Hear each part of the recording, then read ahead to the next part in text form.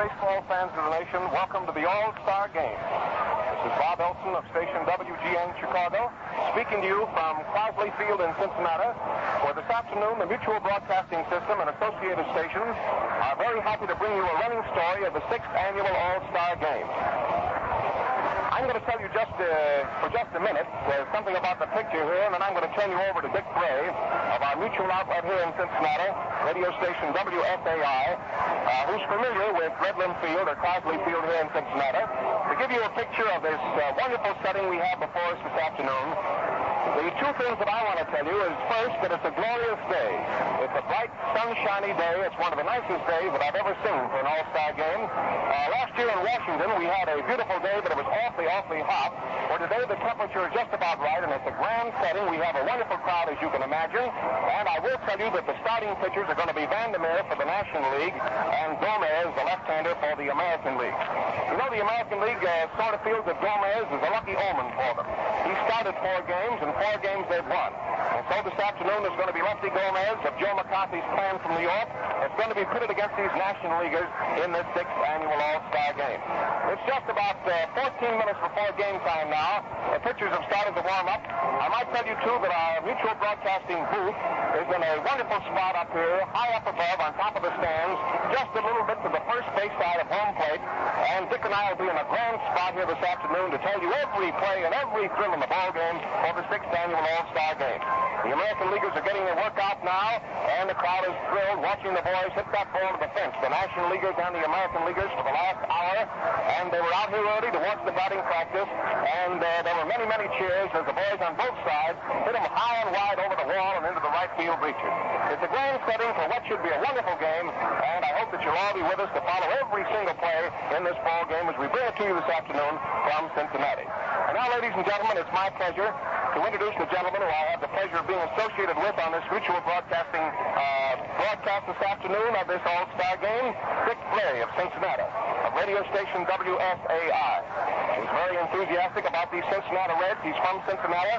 Can give you a small story on this beautiful ballpark this afternoon, and, of course, the history of the game and a lot of other things that he wants to talk to you about. And so, here's Dick Bray talking to you from Redland Field in Cincinnati. Well, thank you. And I'd like to say for myself that I'm more than glad to be with you, too, this afternoon on this mutual hookup.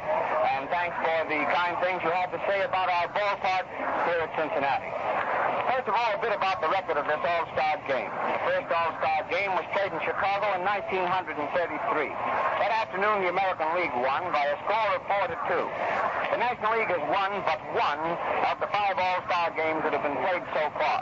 It was at Boston in 1936, and the score that afternoon was 4-3. The 1933 game was played in Chicago. In 1934, the teams met at New York. In 1935, Cleveland was having a big time up there, and they were the host city for the All-Star Game. Boston had the game in 1936, and as you well remember, Washington was the honor city last year. There's never been a sellout, they say, for an All-Star game. But the Cincinnati Ball Club received more than 150,000 pieces of mail asking for All-Star tickets. Now, when you consider that each letter or card asks for more than one ticket, you can figure for yourself just how many fans wanted to see this ball game this afternoon. As Bob told you, the weather conditions are great for the game. But under the rules of the game, no one is allowed on the playing field. It'll be baseball this afternoon, a good old game, the national game in through it is. The Cincinnati ballpark is so constructed that it will seat 26,500 people without using the terrace seats, which they do put in left, center, and right field. This park was built in 1912. The first ball game was played in it on opening day, 1912. The terrace was put in the Cincinnati ballpark by groundskeeper Matty Schwab during the season of 1937. In those days, they used to stretch the rope, and it was not satisfactory. The crowd out here at Crosley Field was so great that they wanted a place to sit down. They didn't like the idea of being held back by a rope. They probably remember the night that the St. Louis Cardinals and the Reds played a night game here, where the crowd was right around the home plate bar, just as though you would see a ball game on an amateur diamond. Out there, as you see Al Schacht at the present time putting on the show for them, the fans, as you look at the circle around the home plate, were right around the very circle, which is no more than 20 feet in diameter. and so they thought the idea of the terrace seats would help a great deal. About that terrace, the National League outfielders, as you talk to them, some of them don't care much about it because it makes it rather hard in chasing a fly ball going out that way. From the ground in front of the fences, 40 feet up to the fence, this terrace rises. It's 50 inches in height at the top, and these outfielders in the National League sometimes have quite a job getting up there. Back to the seat proposition here at Crosley Field. There are 21,700 reserved seats at Crosley Field. The grandstand holds 5,200 in the lower deck and 3,800 in the upper deck. The left field pavilion seats 2,800, and out in right field, the pavilion will hold 3,128 seats. The bleachers, there are 4,500 of them out there today. It presents quite a sight. Each and every seat is filled. They put these bleacher seats on sale 6 days before the All-Star game took place. It just shows you how Cincinnatians have gone for this All-Star game. You just couldn't get a seat no matter what you had to pay for it, even out in the bleachers. The players for the two All-Star teams today, as you probably know, were selected by the 16 managers of the two major leagues, and the fans were not included in the ballot. However, Joe McCarthy of the Yankees, and he's the manager of the American League team today, said that next year he'd like to see the public in on it, and I'm certain that those listening in this afternoon feel the very same way about it. There are 3 players out on this field this afternoon who have taken part in all of the All-Star games that have been played so far. There's Lou Gehrig, Charlie Gehringer, and Gabby Hart. As Bob Elson told you a while ago, Gomez has started 4 of the 5 All-Star games and looks very much as though he's going to start this one this afternoon, as he is warming up down here on the first base side of the diamond, the visitor side, at the home of the Reds, and that remarkable young fellow, and he's just as fine a man as you'd want to meet, Johnny Vandermeer. In talking to Gomez, it was our first chance to meet him today. We found him to be a very likable fellow. He was just as fine as he could be to us as we just had a word to say to him on the bench. Of the 19 players who were named to the National League list for 1937, only 8 of them are on this year's team. Of the 12 who played for the American League last year, there's only 3. Bridges, Harder, and Sam West are missing from the American line. Mel Harder has never been scored on in one of these All-Star games. He took part in 4 of them, and Sam West, traded recently by St. Louis to Washington, he's batting 301, but Joe McCarthy decided he was going to get along with 5 outfielders. Tommy Bridges has had a tough time of this year. That remarkable young fellow, the hero of a World Series a few years back, certainly is still a grand pitcher, and he'll be back in that farm, and they miss him here today. The selection of Johnny Vandermeer and Frank McCormick, the Red Leg rookies, means that the first time the National League has ever used a rookie in an All-Star game. There's a bit of sentiment connected with this ball game today. For 10 of the 23 National Leaguers in uniform this afternoon played their first National League game within the last 5 years. And all of the 23, except Gabby Hartnett, Mel Ott, Lloyd Wainer, and Carl Hubble, broke into the National League box scores within the last 8 years. Today, it calls back to memory an opening day at Crosley Field in 1922,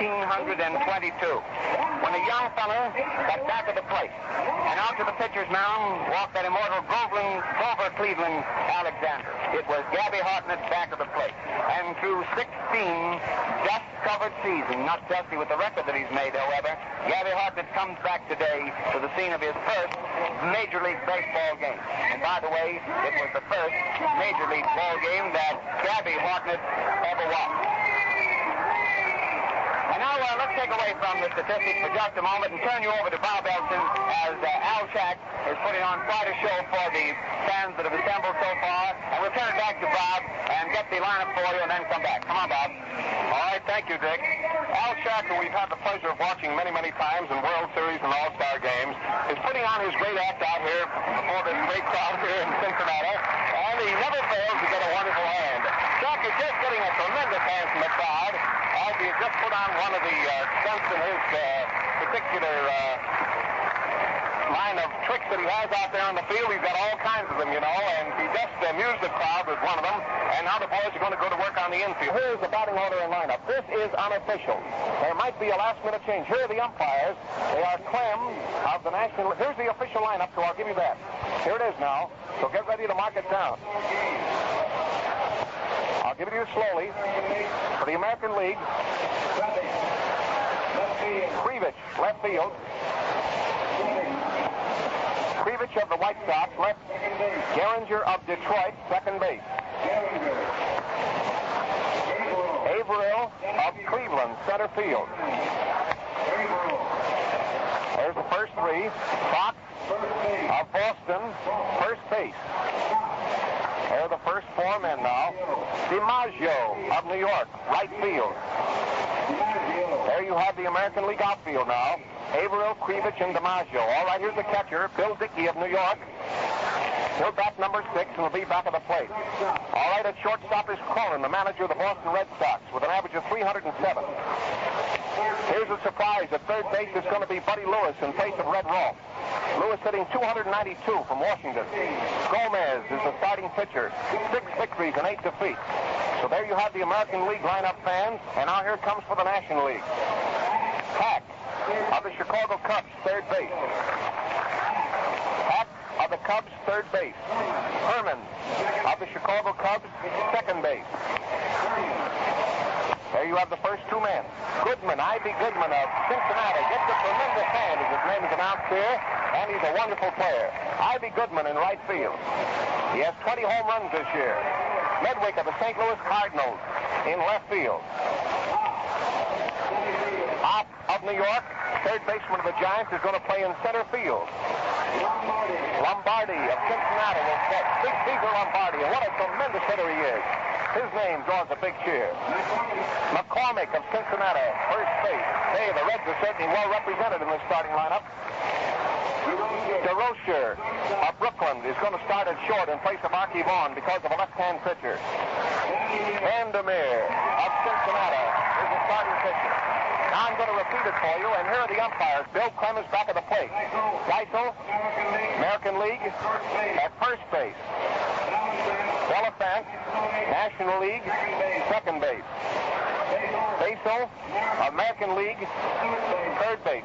Now they're going to use the National League ball here for the first 4.5 innings and the American League ball for the last 4.5. The National League ball for the first 4.5, the American League ball for the last 4.5. Now you have that. Now here's the lineup again in the batting order. We're going to repeat it for you. For the American League, Krivich in left field, Geringer at second, Averill in center field, Fox at first, DiMaggio in right field, Dickey catching, Cronin at short, Buddy Lewis at third, Gomez pitching. For the National League, Hack at third, Herman at second, Ivy Goodman in right field, Joe Medwick in left field, Millard in center field, Lombardi catching, McCormick first, DeRocher short, and Vandermeer will be the pitcher. Also, the National League players are all wearing their home uniforms. That is white. The American League players are all wearing their traveling uniforms. They're gray. So that's the one difference in the uniform. And also, all the players wear their own uniform. In other words, Mike Krivich of the White Sox is wearing the White Sox traveling uniform. Cronin of Boston is wearing the Boston traveling uniform. DiMaggio is wearing the Yankee traveling uniform. The American League team will occupy the dugout behind first base, and the National League team will occupy the dugout behind third base. The umpires are out at the plate now with the managers, and we're getting all set to go. The park is absolutely jammed. It's a glorious day. It should be a real thriller today. Gee, it should be a wonderful ball game, and we're getting all set now for the start of play. Here's an announcement from the field. Will the people sitting in the cockpit along the field please remove their coats from the railing? They're asking the people sitting in the first row of the boxes along the field to please remove their coats from the railing. Now, from our position here, we're just a few feet to the right of the home plate. We're looking directly towards center field. Now, first base is to our right, and third base is a little bit to our left, straight down the line. Straight down the left field line to the left field fence is 328 feet. The left center is 382 feet. The center field is 388. The right center is 387. To the right field line is 366, and now the National League team is going out of the field, and we're getting all set now for the 6th annual All-Star game between the National League and the American League being played down here in Cincinnati on a glorious day. Vandermeer who has won himself a spot in the Hall of Fame that no other can even encroach upon, of having pitched 2 consecutive no-hit games this year, is going to be the pitcher. And I don't have to tell you that he's a real favorite down here in Cincinnati. Hey, they have Vandermeer sodas, Vandermeer pennants, Vandermeer everything down here in Cincinnati, and justly so, because he's a real favorite. The first man to bat for the Chicago White Sox will be Krivich, who's playing in left field. His average is 288. They have Vandermeer's pictures all over town here on streetcars, billboards, pennants, and everything else. Vandermeer is going to pitch. Now here's the lineup as we look out on the field. There's Hack at third, DeRocher at short, Herman at second, McCormick at first. Goodman in right field. The center fielder is Mellop, and the left fielder is Medwick of the Cardinals. The catcher is Beezer Lombardi, and the pitcher is Vandermeer. Now we're all set for the opening play in the All-Star game. Bill Clem of the National League is the umpire back of the plate. He will umpire behind the plate for the first 4.5 innings, and then Harry Geisel of the American League will go back of the plate for the last 4.5 innings. The setting is absolutely perfect today. The weatherman must be given a real round of cheers, because he's given us one of the most glorious days we've ever had. We're all ready to go now, and I know that you join with me in saying, may the best team win. All right, here's Mike Krivich up now. Vandermeer looks him over, getting all set to start play. Artie Fletcher is coaching down at third base. The Yankee coach is down at third base now, and he talks it up as we get all set to go. Here's Krivich, a right-handed batter up, and Vandermeer starts that sweeping windup of his. The first pitch is a strike, a beauty, right over the inside corner. Baker is coaching at first base for the American League. It's 1 strike on Krivich. Nobody on and nobody out. It's the first half of the first inning of the All-Star game. Now Vandermeer starts that sweeping windup again. It's a fly ball into center field. The center fielder is going back out. He's going up the incline. He caught it.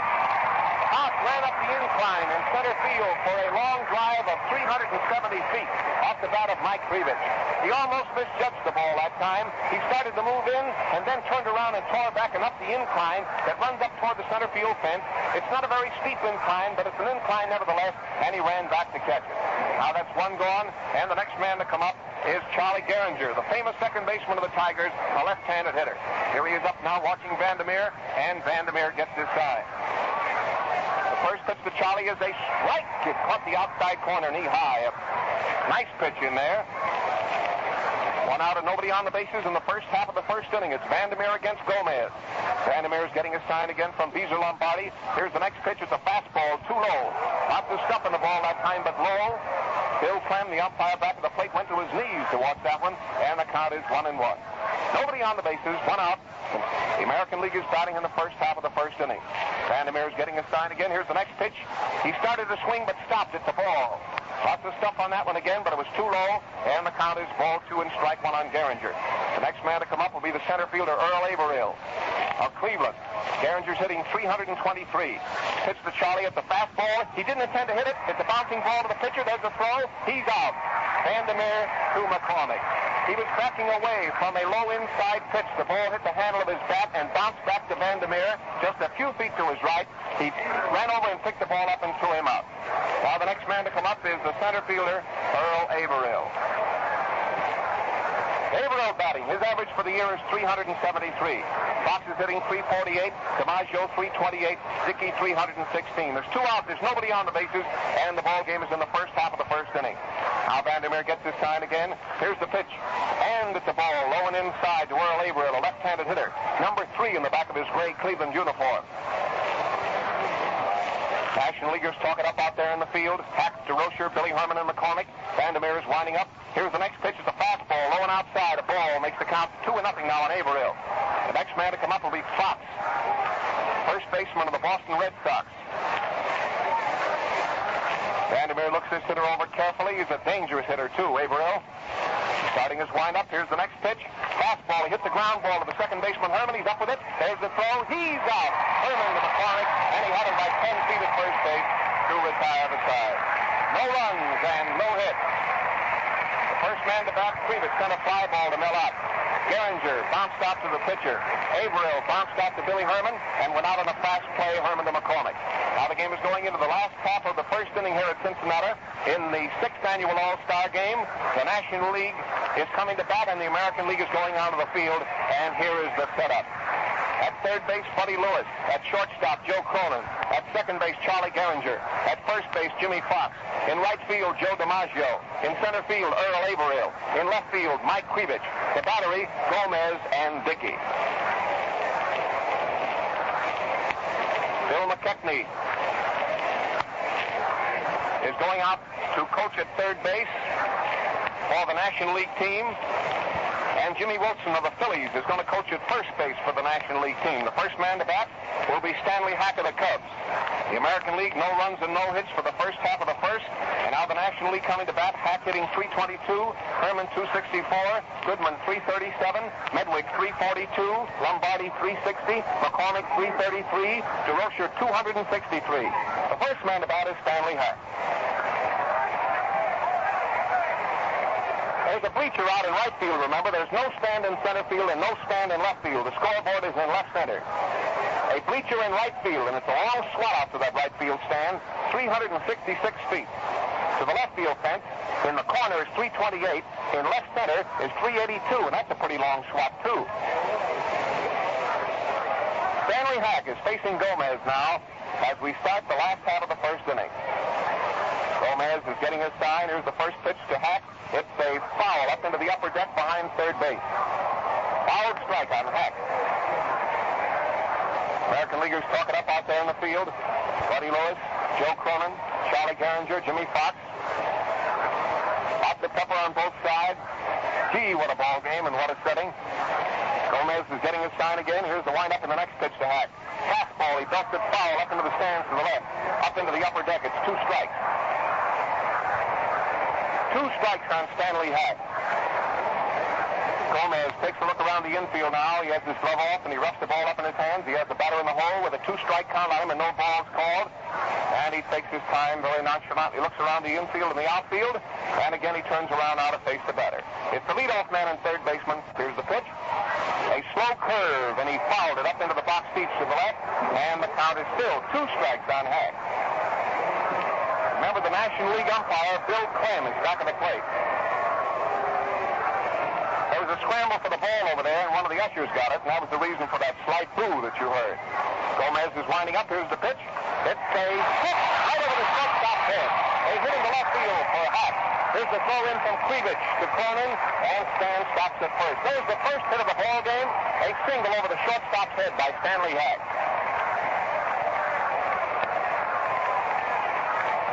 Now the next man to come up is Billy Herman of the Cubs, second baseman.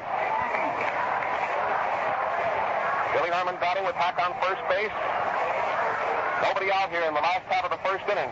National League against the American League. Now Gomez is ready to pitch to Billy. Here's the pitch. It's a ball high and outside. A pitch out. They thought he was going down. Stanley Hack gets the first hit of the game, a sharp single over the shortstop's head. The pitch to Billy Herman. He hits the ground ball to the shortstop corner. He fumbles it. It goes right through in the left center field, and a pitch runners on first and third. It's an error for Coleman. A ground ball to the shortstop corner. He fumbled it. It went right through him into left center field, and it puts a man on first and a man on third, and brings up Ivy Goodman.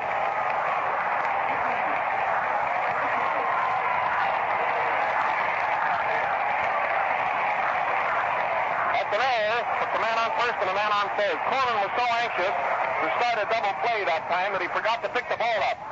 Now Goodman up a slow curve over the outside corner. It's a strike. Man on first and a man on third. Nobody out here for the National League. The ball game is in the last half of the first inning, and there's no score. Here's a fastball. He swung hard and fouled at that time back into the screen, and it's 2 strikes on Ivy Goodman. Ivy, a good pull hitter, a left-handed batter. Next man to come up will be Joe Medwick. There's a man on first. There's a man on third. A single and an error by Cronin. Gomez takes a lot of time, gets the sign again from Bill Dickey. There's a fastball, and he fouls it again. He caught the ball on the handle of his bat and hit it right back at the plate up into the screen. And the count now is still 2 strikes on Goodman. Gomez takes a look around the infield. Third baseman Buddy Lewis says something to him. Gomez is getting his sign again. The next pitch is a curve, a slow ball outside, a slow curve. And it was too far outside. It's a ball. Bill Dickey, who's back at the plate, steps out in front of the plate, says something to Gomez, and then throws him the ball. There's nobody out. There's a man on first and a man on third here for the National League in the last half of the first inning, with Gomez opposing Vandermeer. Gomez looks toward right field. Turns around now again and faces the hitter. Goodman stepped out of the batter's box to dry his hands a bit, and now he's getting up in there again. Man on first and a man on third, and Ivy Goodman up. Gomez is getting his sign. He's all ready. Here's the pitch. Fastball. He hits a foul. It's coming back and going into the screen, and the count is ball 1 and strike 2 on Ivy Goodman. The next man to come up will be Joe Medwick, and then the center fielder, Mellott. The American League is really in a spot here, with the National League in the first inning having a man on first and a man on third and nobody out, and Gomez really has to do some bearing down. Here's the next pitch. It's a high foul, which is going over into the box seats behind first base. Ivy Goodman has his eye on that ball. That's 4 that he's fouled off, and the count is ball 1 and strike 2. American Leaguers talking up out there in the field. Fox at first, Gehringer at second, Cronin at short, and Lewis at third. Pitcher walks around back in the grass, picks up the right, dries his hands carefully, gets up on the pitching rubber again, arms up in front of him. He's all set. Here's the pitch. A slow ball. Strike 3. Struck him out right over the outside corner.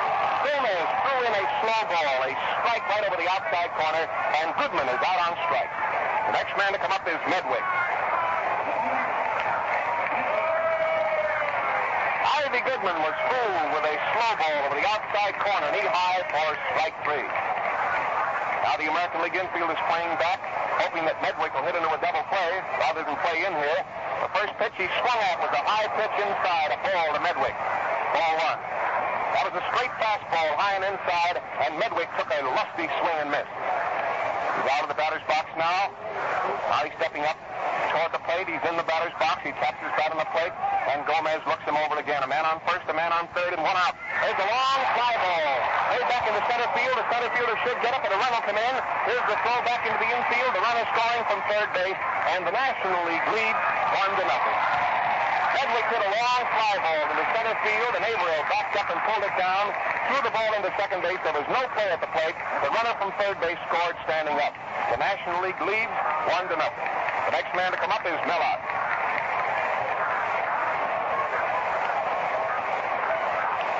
Hack scored. Man on first base, and the next man to bat is the center fielder, Mellott. His average for the year is 318. The first pitch of the ball, it's a fastball, waist high and outside, ball 1. Man on first base, a run in and 2 out here in the last half of the first inning. The National League leads by a run. Again, he gets his sign. He's all ready. Here's the next pitch. He swung high that time and just tipped it foul. Went back into the wire, and the count on out is ball 1 and strike 1. The next man to come up is the catcher, Cesar Lombardi. Out of the batter's box, drying his hands. Steps up in there. There's that familiar number 4 on the back of his uniform. Blue cap and a white uniform with the blue 4 on the back of his uniform. And he's watching Gomez as Gomez motions to the center fielder, Averill, to move over more into dead center. He was playing out in right center, and Gomez moves him into straight dead center field, right in line with the pitcher, second base, and the outfield. Gomez is getting a sign again. Here's the next pitch. It's a slow ball. He swung hard and fouled it back into the net, and the count is ball 1 and strike 2. Remember, DiMaggio's playing right field, Averill center field, Krivich left field, Lewis third, Cronin short, Gehringer second, Fox at first, Dickey catching, and Gomez pitching. The National League leads by a run. The ball game is in the last half of the first. Fastball. He hit a high fly to center field. The center fielder, Averill, is in under it and should get it without any trouble. He's still looking up, and he caught it, retiring the side. So that's the end of the first inning. The first man to bat, Hack, drove a single over the shortstop's head. He went to third when Cronin muffed the ground ball off the bat of Billy Herman. It went into left center field, putting a man on first and a man on third. Ivy Goodman was called out on strikes. Medwick sent a long fly ball to center field, scoring the run from third, and Ott sent a fly ball to center field, retiring the side. That's the end of the first inning. The score of the ball game is the National League 1, the American League nothing. It's the broadcast of the 6th annual All-Star Game, coming to you from the baseball's capital, for a day at least, Cincinnati, the scene of the 6th annual All-Star Game. And now we're going to pause for station identification. This is the Mutual Broadcasting System. This is WGN, the voice of the people, Chicago.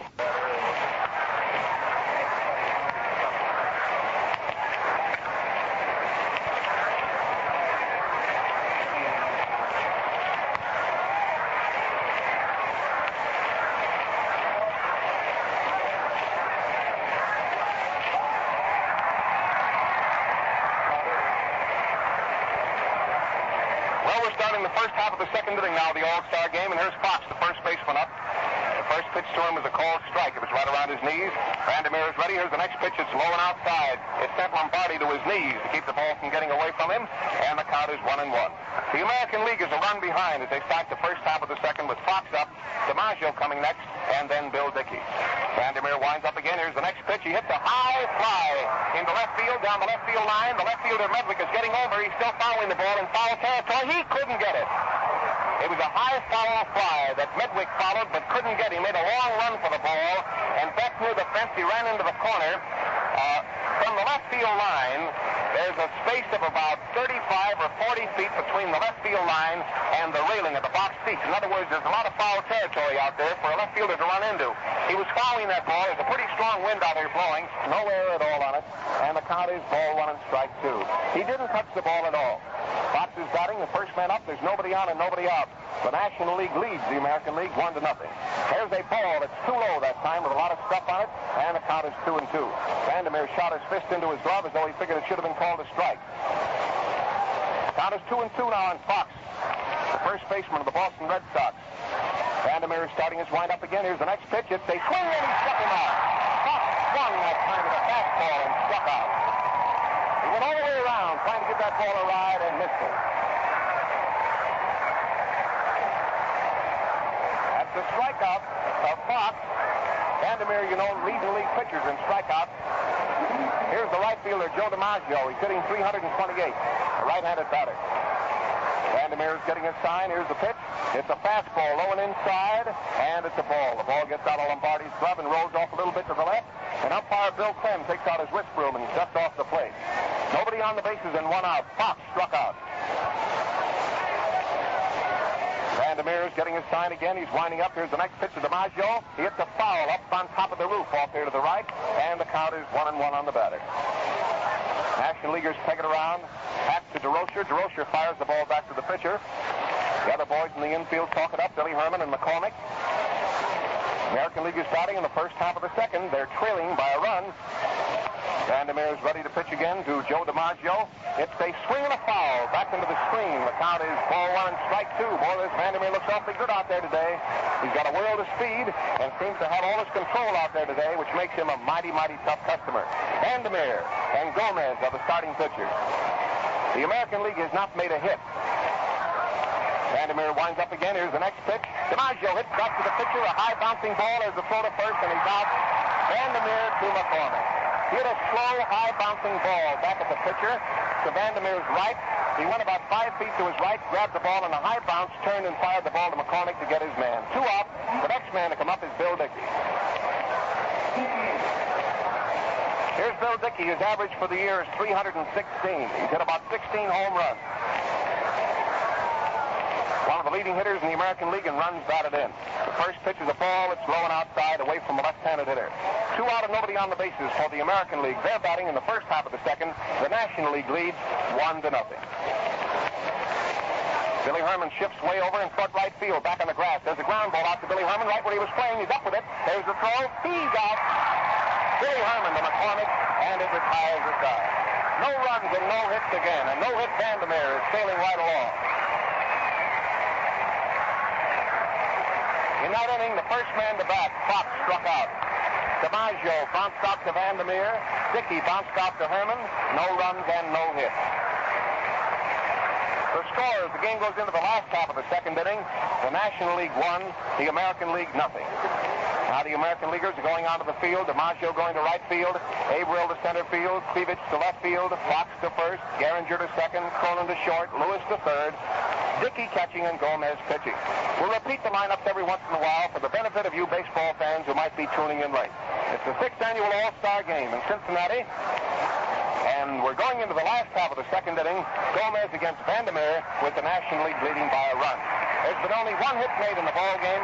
That was a single by Hack, the first man up. Now the game is going into the last half of the second, and the first man to bat, a Cincinnati boy, gets a tremendous hand from the crowd. It's Big Beezer Lombardi. His average for the year is 360. Not only a good catcher, but a tremendous hitter. Lombardi. In fact, I was talking to Bill Terry last night, and he said something like this: I think I'll leave Lombardi catch the whole game and just see how the American League can get him out, because we can't. Lombardi is coming to bat.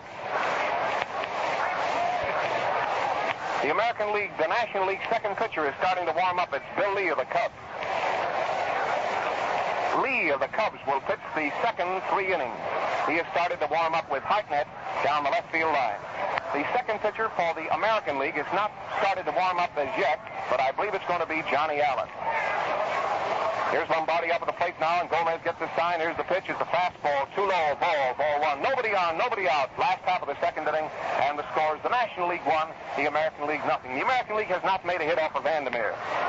Gomez is getting his sign. Here's the windup in the next pitch. It's a fastball. He hits the ground ball to the third baseman, Buddy Lewis. A big bounce. He gets it over to first base, and he's out. Lewis to Fox. He hit a high-bounding ball to the third baseman's left. Lewis speared the ball and threw the ball across the infield to get his man. Lewis to Fox on an easy play. Now the next man to come up is the first baseman, McCormick, a first-year man with the Cincinnati Reds who has made a very impressive record. His average is 333, and he's driven in over 60 runs. McCormick batting, a right-handed hitter, facing lefty Gomez. Here's the pitch, a fastball. He hits a high pop fly in the infield, right close to second base. Gehringer's getting it. The ball is at the second base side of the bag, and Gehringer takes it easily for the second out. A high pop-up off the bat of McCormick is taken by Charlie Gehringer for the second out. That's 2 gone now in the last half of the second. Here's the famous ex-Cardinal shortstop, Flippy DeRocher, who is really the guiding spirit of the famous Gas House gang of the St. Louis Cardinals that we watched for so many years with the St. Louis Cardinals. Now the shortstop of the Brooklyn Dodgers, a right-handed hitter. He's batting with 2 out and nobody on for the National League in the last half of the second. A fastball is into the dirt, and it's ball 1. DeRocher batting. Gomez puts his glove under his arm and takes a look around the infield to see how everything's set out there. Boys are all ready. They talk it up and shout words of encouragement to him. Gomez is getting his sign. Here's the pitch, a fastball inside. Lippy swung and caught the ball on the handle of his bat. It was a foul, and it's 1-1. DeRocher batting. National League shortstop. He's facing lefty Gomez. Gomez takes a lot of time pitching to him. He started his windup again. Here's the next pitch. It's a slow curve. It's this right in there over the inside corner, knee high. It's called by umpire Bill Clem, and it's ball 1 and strike 2 on DeRocher. Gomez has started a long sweeping windup this time. Here comes the next pitch. It's a fastball in too close to a right-handed hitter. It forced him right out of the batter's box, and the count is 2-2 on the batter. The National League leads 1-0. Hack scored what has been the only run of the game so far. There's been only 1 hit. That was by Hack. Gomez looks around again. Now he's facing the batter, DeRocher. He's starting his windup. The pitch. He hits the grounder. Foul down the left field line. It goes into the box seats behind third. A high bouncing ball went into the box seat. Bill Lee is starting to warm up for the National League. Right-hander. Lee's record this year, he's won 9 games and lost 4. Vandermeer has won 10 and lost 3. Gomez has won 6 and lost 8. There's a fly ball down the right field line. This fly ball may go for a hitter or it may be foul. It's foul. It goes into the box seats way down the right field line. DeRocher tried to place that one into right field. You could tell by the shift of his feet, but he hit it foul instead, far down the right field line. In right field for the American League is DiMaggio. In center field is Averill. In left field is Krivich of the White Sox. Cleveland center field, New York right field. Around the infield, Buddy Lewis, Joe Cronin, Charlie Gehringer, and Jimmy Fox. Gomez is winding up again. Here's the next pitch. It's a slow curve. He hits the ground ball to the shortstop. Cronin's up with it. There goes the throw. He's out. Short to first, and it retires aside. Cronin to Fox, and it's no runs and no hits. Well, that's the end of the second inning. The All-Star game in Cincinnati. National League is going out of the field now, and the American League will come to bat trailing by a run. And the first man to come up is the gent who made the error in the first inning, Joe Cronin, the Boston manager and shortstop, who has an average of 307. Then will come Buddy Lewis with an average of 292, and then the pitcher, Gomez. The second American League pitcher, I believe, is going to start to warm up now because Rick Farrell, one of the American League catchers, is walking down the right field line, and the identity of the second pitcher will very soon become known. Bill Lee for the National League is warming up. Here's Cronin, the Boston manager and shortstop. Coming to bat, number 4 on the back of his gray uniform. The score is 1-0, National League. the first half of the third. The second American League pitcher is Johnny Allen of Cleveland. He has just gotten up down there, sitting against the railing in the sun, and started to warm up. Johnny Allen of Cleveland, who has won 12 without a defeat, is going to be the second American League pitcher. All right, now let's get down to business at hand. Here's the batter up. It's Joe Cronin, the right-handed hitter. He's batting with nobody on and nobody out against Vandermeer. Here's the pitch, and it's a ball low and outside. Lombardi has to go out to the right for it, and it's ball one. National Leaguers on the infield talk it up. Lots of pepper on both sides. National League leads by a run. Vandermeer is getting his stride again. A long, sweeping windup. Here's the pitch. He hits one right over the third baseman's head. A safe hit. The ball is rolling down the left field line. I believe it's going to be just a single. Medwick fires it back in fast, and it's a single. The first American League hit was by Cronin. A liner over Hack's head. He didn't have a chance for it, and fast fielding by Medwick held him to a single. The next man to come up is the American League third baseman Buddy Lewis of Washington. His average is .292. He's a left-handed batter, a tall, thin fellow. He's down here now facing Vandermeer with a teammate on first base. Now Vandermeer gets ready. The first pitch was a strike. Gee, there was a lot of stuff on that one. It just caught the outside corner. A sharp-breaking curveball away from a left-handed hitter, and it's a strike called. The American League trails by a run, and the American League has a man on first with nobody out. So to first base, but he's back safely. Again, a throw to first base, and he's back safely. The umpire at first base is Basil. Geisel at third base, and Delafont at second. Pitcher's getting all ready out there again. Here's the next pitch to Buddy Lewis. It's a ball. There's a throw to first. He slid back in head first. He's safe. A pitch out that time was called for, and Lombardi fired the ball to first baseman McCormick, and Cronin had to slide and go back into the bag head first to get back safely. The second pitchers for each side are warming up. Their Lee for the National League, Allen for the American League. Pitcher's getting his sign out there again, ready to pitch now to Buddy Lewis with a man on first. Lewis takes a low inside pitch for a ball, makes the count 2-1 on a left-handed hitter. The pitcher's due to come up next. National League scored their run in the first inning on a hit, a single, a long fly ball, and an error. Here's the next pitch, and he swings and hits one way down the left field line, a foul ball for Buddy Lewis, and the count is 2-2 on the batter. New ball is tossed into the game. The National Leaguers peg it around. Hack to DeRocher. DeRocher is walking in behind the pitcher and throwing him the ball now, and then goes back to his position at short. In left field is Medwick. In center field is Mellott. And in right field is Ivy Goodman. That's the picture here at Cincinnati. The ball game is in the first half of the third. Now he's ready to pitch again to Buddy Lewis with a man on first base and nobody out for the American League. Here's the pitch. He swung hard that time and fouled the ball. And the count is still 2-2 on the batter. Again, a new ball is tossed around a bit, and then back to the pitcher, Vandermeer. The starting pitchers, remember, are Vandermeer and Gomez, and they are both left-handers. Vandermeer gets his sign out there again. He's ready now. Man on first has a short lead off.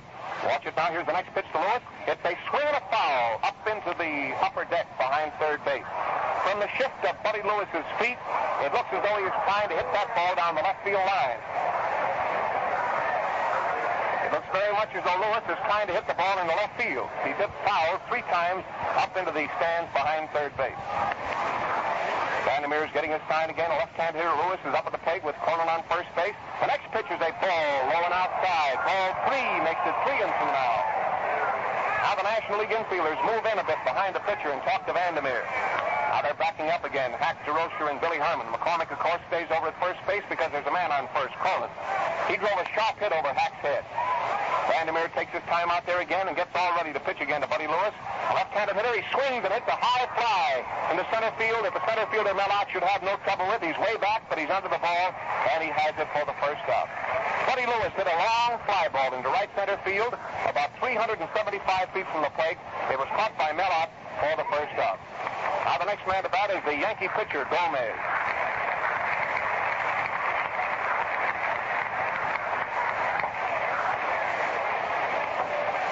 Here's Brian Gomez, left-hand pitcher, and a left-handed batter coming up to the plate to face Johnny Vandermeer with a teammate on first base. The next man to come up will be Mike Krivich. The National League leads in this ball game, 1-0 in the third. Vandermeer is getting his sign now. He's all ready. The third baseman is playing in, expecting a bunt, but Gomez took a real cut at the ball and fouled it back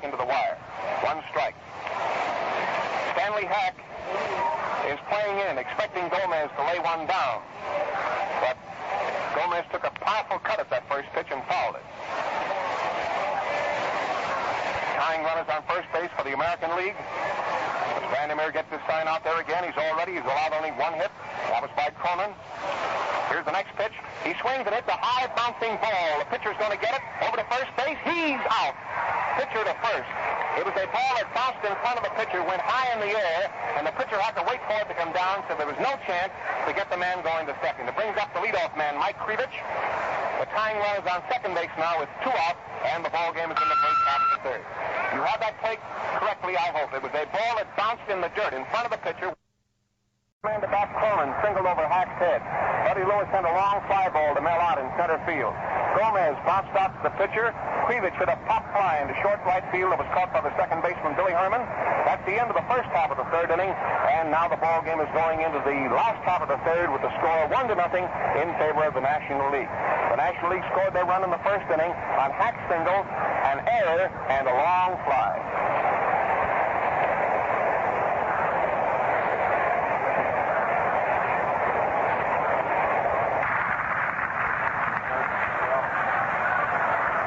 To start the last half of the third inning of the All-Star game in Cincinnati.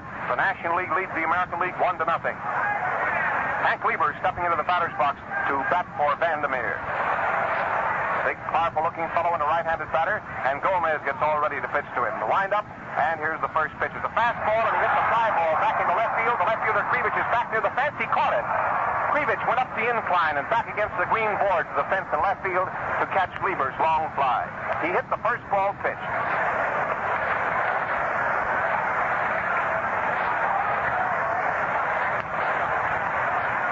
Brings up the leadoff man, Hack. He has the only National League hit. Cronin has the only American League hit. The game is in the last half of the third inning, and the National League is ahead 1-0. There's an attempted bunt. He pops one up into the air, but nobody can get to it foul. It's way over near the railing. Gomez was chasing the ball. An attempted bunt by Hack. He popped it foul, but popped it so far away it went into the lower box seats, and it's a foul strike. Now the new ball is tossed out, and the American Leaguers peg it around from third to short to second to first, and then back to the pitcher, Vernon Gomez. The second pitchers for each league will be Johnny Allen for the American League, Bill Lee for the National League. Here comes the next pitch to Hack. It's a slow curve. He hits the bounding ball to Gehringer. He's up with it. There's the throw. He's out. Gehringer to Fox. 2 gone. Hack hit a low bounding ball right at the second baseman, Gehringer. He picked it up and threw it over to first base easily in time to get his man. Now the next man to come up is Billy Herman, second baseman of the National League. The first time up he was safe on an error by Cronin. It was that error that cost the American League a run. Here's the pitch to Billy Herman. He swung hard, and Herman, holding his bat very short, took a very hard swing at the first pitch over the inside corner right around his shoulders. He fell down. He swung so hard he lost his balance, and there's 1 strike. There's 2 out. There's nobody on the bases. The game is in the last half of the third. The National League leads the American League 1-0. Here's the pitch. It's a slow curve into the dirt. A ball. The count is 1-1.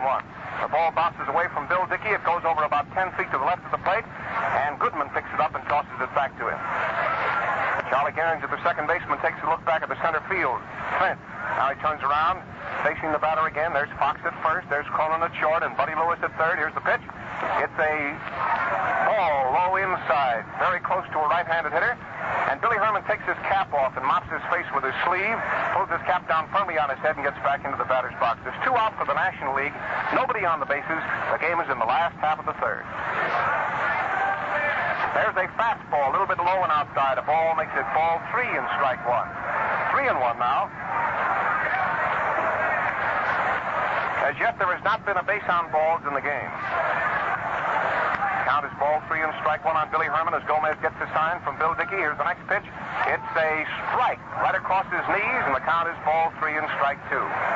Right now, they're using the National League ball. They'll use that ball for the first 4.5 innings, and then the American League ball. Gomez is winding up again. Here's the next pitch. It's a bouncing ball in the left field. A hit for Billy Herman. A bouncing ball between third and short in the left field. Hit hard. Went right between Buddy Lewis and Joe Cronin. It's a safe hit for Herman, and it's the second National League hit. Well, the Cubs are doing pretty well. They have both of the National League hits. course, being from Chicago, I suppose I should holler a little bit louder there. Well, there's a man on first base, and now here's Ivy Goodman up at the plate, a left-handed batter. The pitch, a slow curve, the ball. It went into the dirt. Dickey went to his knees to keep the ball from getting away from him or getting past him and letting the runner get to second base. Goodman is batting. The first time up, he was a strikeout victim. He was called out on strike. Second pitchers will be both right-handers, Lee, and there's a long fly ball down the right field line. Right fielder's chasing it in foul territory. I don't think he can get it. He put out a glove, but he didn't get it. He ran into the railing going for that ball. A nice try by DiMaggio, but he couldn't get it, and the count is 1-1. Ivy Goodman hit a long fly ball down the right field line that DiMaggio tore over the foul line for, but couldn't reach. He ran into the railing in front of the box seats, about 350 feet away from the plate, but couldn't get the ball. The count is 1-1. We've had left-handers starting the game. The next 3 innings will have right-handers. Next pitch is a fastball, and Goodman took a wicked cut that time and hit the air. 2 strikes. It was a fastball over the outside corner, waist high.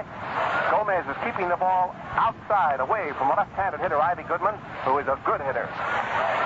Man on first base and 2 out with a count of ball 1 and strike 2. There's a ball. He crossed him up that time and threw an inside pitch around his knees, but it was too close, and the count is 2-2. Ball 2, strike 2. The American Leaguers talk it up out there in the infield. The National League leads by a run. The game is in the last half of the third. Here's the pitch. He hits a high foul fly in the stands. It's going off behind first base up into the upper deck, and the count is 2-2 on Ivy Goodman. Ball game is in the last half of the third here at Cincinnati, the 6th annual All-Star game, and it's a real thriller. The hometown boy, Vandermeer, made good in a big way before the home folks.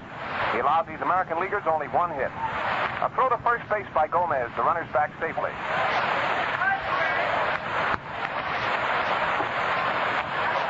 Pitcher takes his time out there now. He's getting all ready. Here's the next pitch to Goodman. He hits a high pop fly in the infield. The catcher, Bill Dickey, is under it just about 10 or 15 feet down the first base line. It looked like it was coming down fair, but the strong wind blowing out here today blew it foul, and Dickey caught it 15 feet from the plate toward first base, 5 feet outside the line in foul territory to retire the side. No runs and 1 hit. That's the end of 3 innings of the All-Star game in Cincinnati. The scores: the National League 1, the American League nothing. All right, ladies and gentlemen, your play-by-play announcer for the next 3 innings will be Dick Bray of station WSAI in Cincinnati. All right, Dick, tell them all about it. Thank you, Bob. And Charlie Gehringer comes up. He'll be the first batter to face full Bill Lee. Bill comes in with his first pitch. It's low for ball 1. Charlie Gehringer, just about as smooth-looking ball player as he is out on the field, does things very easily. Bill Lee taking his wind up. Lombardi still giving the signs.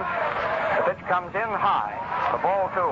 And the first 2 pitches to Charlie Gehringer have missed the mark.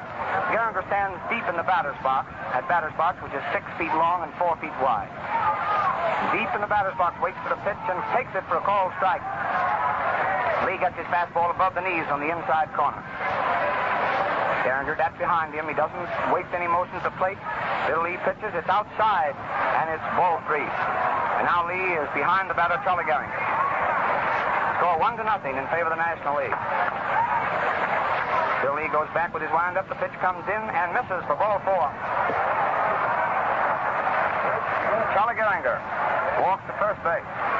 And as they say in baseball, when you walk the first batter, sometimes he comes home to roost.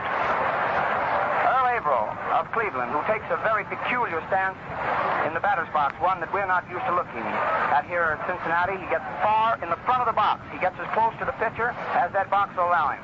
Must be a good one because he can face that ball. Off first base is Gehringer. The pitch is inside for ball 1. Averill looking down at third base. Artie Fletcher of the Yankees is doing the coaching. And in this ball game, the same as they do in the regular scheduled games, they have their signs to hit and to take. And Bill Clem comes out to look at the batter's box where Averill was putting the foot. Earl's right foot is in the front part of the batter's box. His left foot about even with the front of the home plate. Off first base is Charlie Gehringer. There's no one out. Bill Lee ready to pitch, and it's strike 1. He tries his curveball, gets it on the outside corner above the knee. Averill, a rather nervous type batter. He doesn't stand still on the plate. He moves around. However, when the pitcher gets ready, he's ready. Here comes Lee's pitch. It's wide for ball 2. And when we say a nervous type batter, we mean the type of batter that doesn't just stand there with that nonchalant attitude. Earl moves around. That is the meaning of our interpretation of his batting stance. Bill Lee all set. They're playing Aber over into right field, a pull hitter. And foul ball. Strike two. The pitch was on the inside, and Earl pulled it down the first base line. Johnny Allen continues to warm up in the bullpen back of first base with Rick Farrell, the catcher of the Washington Nationals. Carl Hubble is starting to warm up for the National League. The pitch, and it's hit a fly ball into short center field. Into left center field, Joey Medwick comes over, gets in front of Mellott, and makes the catch.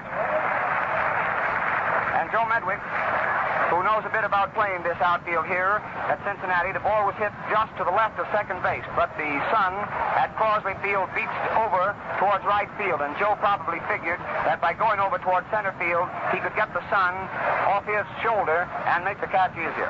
And here's the powerhouse from the American League, Jimmy Fox. Jimmy swings at the first pitch and misses for strike one. Very likable fellow. We saw him for the first time today. Very, very fine. Like all those big-timers, they're all right. Bill Lee set the pitch. Gehringer off first base. It's outside for ball one. The scoreboard, if you believe in numbers, a ball, a strike, and out.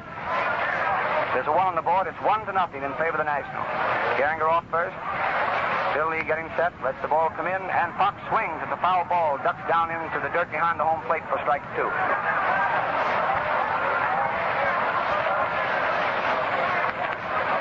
Johnny Allen has decided he's warmed up enough. Any fellow that's 112 and lost none, he's warmed up before he gets here. Well, Bill Lee all set to go. Billy Herman, the second baseman, playing over near the bag. Gehringer's off first. The pitch is hit down toward shortstop Leo DeRocher. The bat was broke. The throw to second, and Gehringer is forced at second base as Jimmy Fox breaks the bat, and a fielder's choice. The ball thrown by Leo DeRocher over to second baseman Billy Herman. He erases Charlie Gehringer. And we're just wondering how many of the listeners to Mutual account today are keeping score. If you are, the play as we scored in baseball is Gehringer out, the shortstop number 6, the second baseman number 4. Well, here's Joe DiMaggio with Jimmy Fox on first. Joe takes a pitch inside, just catches the inside corner for a strike. It's one strike on the pride of those Yankees up New York way. Fox takes a short lead off first base. McCormick holding the inside corner against him. Lee pitches, and Joe swings and misses at a curveball. Strike two. Fans in a jovial mood. This has been a big day for Cincinnati. They've enjoyed seeing these American League stars coming over here today. It's two strikes. Bill Lee way out ahead. Jimmy Fox still off first. DiMaggio takes the third strike.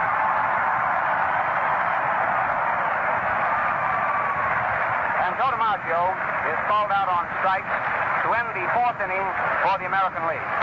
There were no runs, no hits.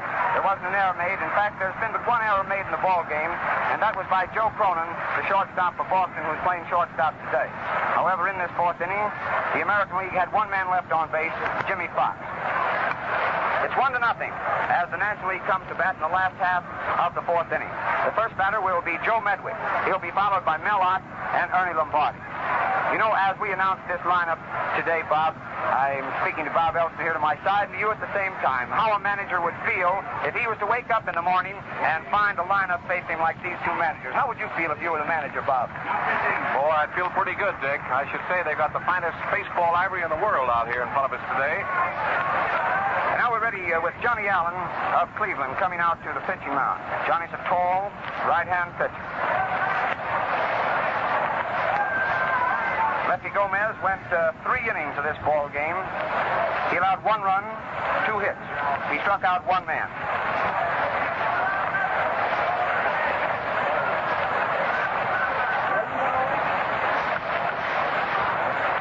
Well, Johnny is taking his warm-up throws, wouldn't be a bit surprised that a great many of the people listening in throughout the nation today might want to know whether Johnny Vandermeer has changed since he pitched that double no-hit game. When he returned to Cincinnati on the Friday they had the big reception, we met him at the depot and took him to breakfast.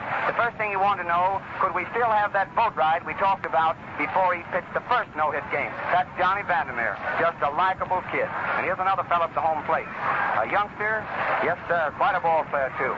In fact, all you have to say, they're all ball players out here today.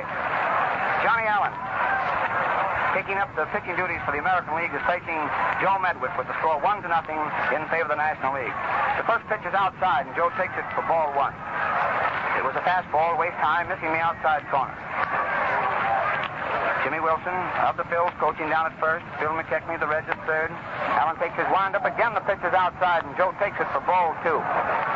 They pitch Joe Medwick outside. Joe, however, is considered to be a pull hitter. The outfield of the American League considers him such. They're pulled over into left field.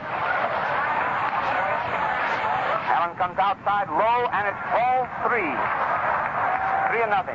Johnny kicking the dirt a little in front of the pitcher's mound. DiMaggio's pulled over into right center field. Abrams a bit to the left side of second base as we look at it from the press box. And Krivich is over towards the foul line and left. The pitch, a fastball, strike 1. It's 3 balls, 1 strike on the Cardinal slugger. Johnny Allen stays right on the pitcher's mound, puts his right foot on the far side of the rubber, lets his arm go back, comes in, Joe swings and fouls it into the stands behind first base. 3-2. No break for the fans there. The ball hit a iron support and bounced right back onto the field. Joe stepped out of the batter's box for just a moment, said something to Bill Clem. Bill Dickey joined in the conversation. Now we're ready to go. Allen's arm is back of him. The pitch comes in. Joe swings at the foul ball that comes onto the netting right on the press box. Almost into the press box. The count remains the same, 3-2. On the first batter for the National League in the last half of the 4th inning with the National League in front, 1-0. Rick Farrell, mighty catcher, back of the plate, gives a sign to Johnny Allen. Johnny pitches. It's a fly ball hit over the infield. Anyone on the infield can take it. Jimmy Fox shields his eyes with his glove and takes it right near the pitcher's mound, midway between the pitcher's mound and second base. And Medwick is out. More than Jimmy looked into the sun, he knew that he had to do himself some good with that glove.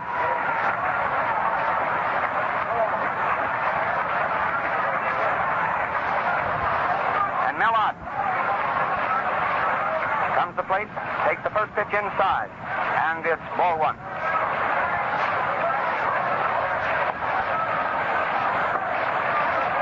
Bill Dickey back of the plate.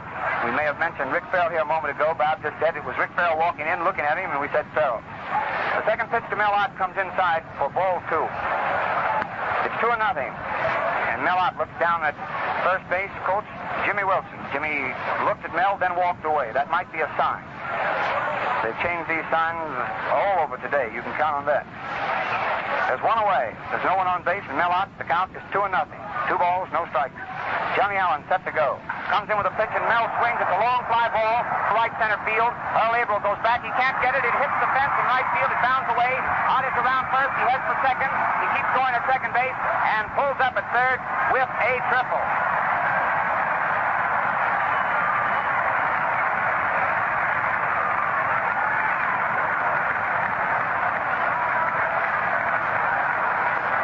The third hit for the National Leaguers is a mighty wallop into right center field, a distance of 387 feet.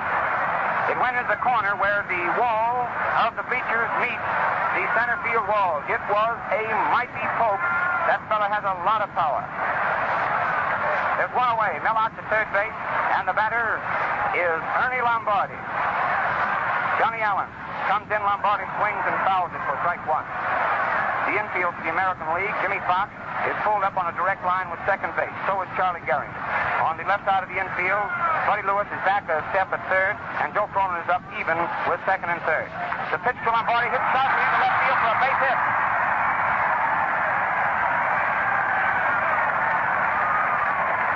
And Mellott comes in to score from third base as Ernie Lombardi. singled sharply into left field. Evidently, these American leaguers had heard about Lombardi, or they take their position just as the National Leaguers do. When Lombardi's at bat, the infield ordinarily moves out towards the outfield. Buddy Lewis is back a step. The score 2-0. Frank McCormick comes to bat. The National League, of course, in front. Lombardi's at first.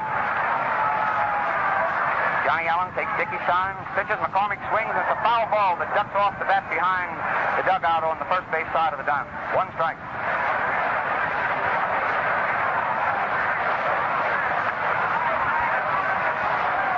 Lombardi's hit was the 4th of the day for the National Leaguers. It was the 2nd off Johnny Allen. Johnny looks over at first, gets ready to pitch. McCormick swings. It's a grounder. Going down towards second base. Charlie Gehringer comes up with it, throws over to first, and McCormick is out. And on the play, Lombardi moved down to second base. It was a slow hit ball, just far enough away from Jimmy Fox that he couldn't come in to help on the play. Lombardi going down to second base, where he is now standing with 2 outs. The batter is Leo DeRocher, who grounded out Cronin to Fox when he came to bat on his only other trip to the plate in the ball game in the 2nd frame. Leo stands deep in the batter's box. Johnny Allen set to go. DeRocher looks at a pitch outside, and it's ball 1. And Bob Grove, veteran Boston Red Sox left-hander, is warming up in the bullpen. He's warming up with John Schulte, one of the Yankee coaches. Lombardi off second. Allen looks back, gets set to pitch. DeRocher takes it, and it's a called strike. A curveball catching the inside corner.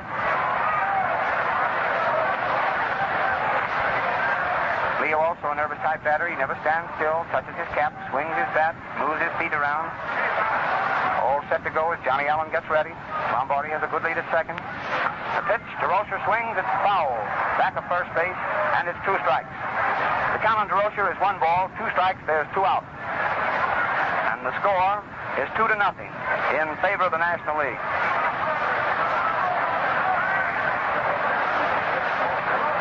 Johnny Allen looks up in the air. There's been airplanes flying around here all day, just taking a little peek at what's up in the sky, then puts his right foot on the rubber, gets ready to go.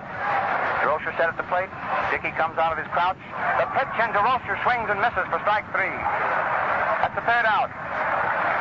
However, before the National Leaguers were retired, here in the last half of the 4th inning, they scored 1 run on 2 hits.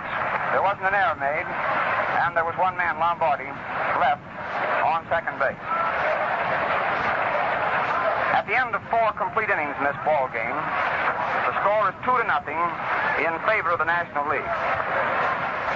The National League has made 2 runs on 4 hits.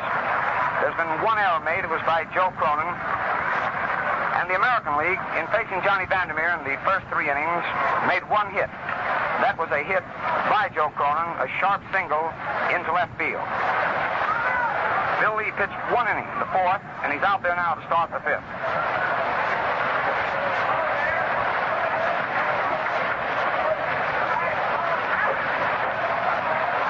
Took Ernie Lombardi a little time to come out of the dugout. The big fellow never moves around very fast. Takes his time. He'd give you the impression that he wasn't hustling. He's just that type of a ball player. He's right in the ball game up to his neck, though, even though he looks as though he's just taking his time. Well, Bill Dickey is the first batter for the American League in the 5th. Bill stands deep in the batter's box. He stands as close to the box as he possibly can. Bill takes the first pitch low, and it's ball 1. He scrapes his left foot into the ground. That line nearest the home plate. Keeps his bat behind him, ready to hit. Lee comes in. It's right. Bill Clem waved that right arm of his in familiar fashion to us from right to left. Strike 1. Bill Lee, tall right-hander, sends the ball in. A curveball misses the outside corner, waist high, and it's ball 2. General Bill, they call him. Billy Herman is 10 feet in right field, playing this strong left-hand hitter, Dickey. Dickey swings at the foul ball, comes off the bat, and into the stands, and how they're grabbing for those balls today. Souvenirs from the All-Star game in 1938, Cincinnati. It's 2-2. Bill Dickey waits. Bill Lee takes the sign from Lombardi, delivers a slow ball that's hit towards left field, goes into short left field. From shortstop, Leo DeRocher is going back, and the ball drops in. Dickey is around first base and pulls up at second with a double. A two-base hit for Bill Dickey. The ball was hit into short left field. DeRocher went back. Medwick couldn't get up to it.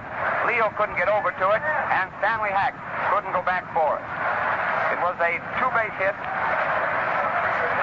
And the second hit of the ball game for the American League. The batter is Joe Cronin, who has the other American League hit. Right-hand batter. Dickey's at second. The pitcher called strike. It was a fastball above the knees, between the knees and the waist, and Joe just looked at it.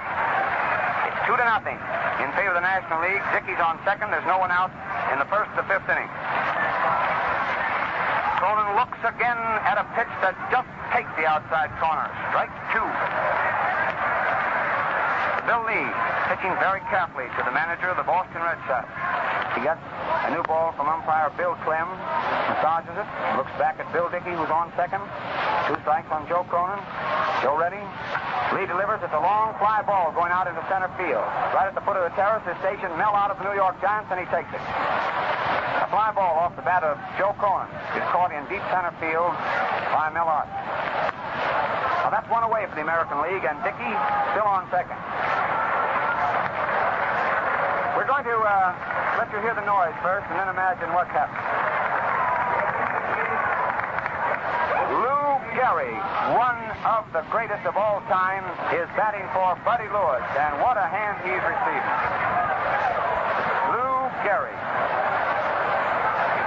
hitting for Buddy Lewis. Bill Lee all set to go. Pitches outside, and it's ball one.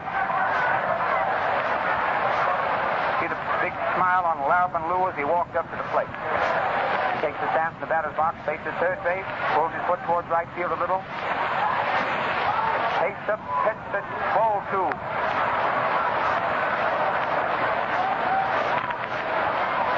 The first time that we've seen Gehrig. Stands there, solid figure at the plate. Dickey off second, one away. Swings as it grounded down towards second. Billy Herman comes up with a nice play, throws to McCormick, and Gehrig is out on a very nice play.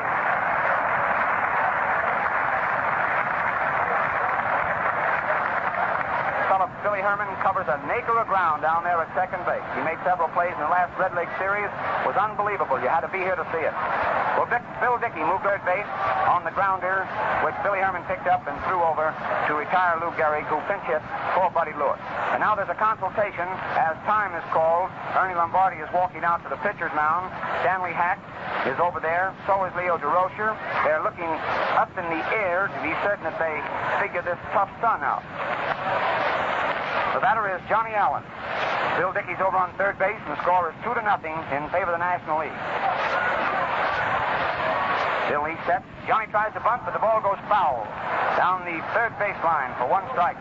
The old squeeze play, huh? All right. It's one strike. Johnny Allen is halfway down to first. He came back. Cookie Lavagetto, the Brooklyn Dodgers, comes out to get the ball that was lined between first and then throws it over to Bill Clem. We were watching to see if Bill was going to catch the ball. Spry fella, great umpire. Bill Lee all set to go. Johnny Allen up at the plate. Swings, hits the ball hard to third base. Hack comes up with it. The throw over to first, and he's out. What a play.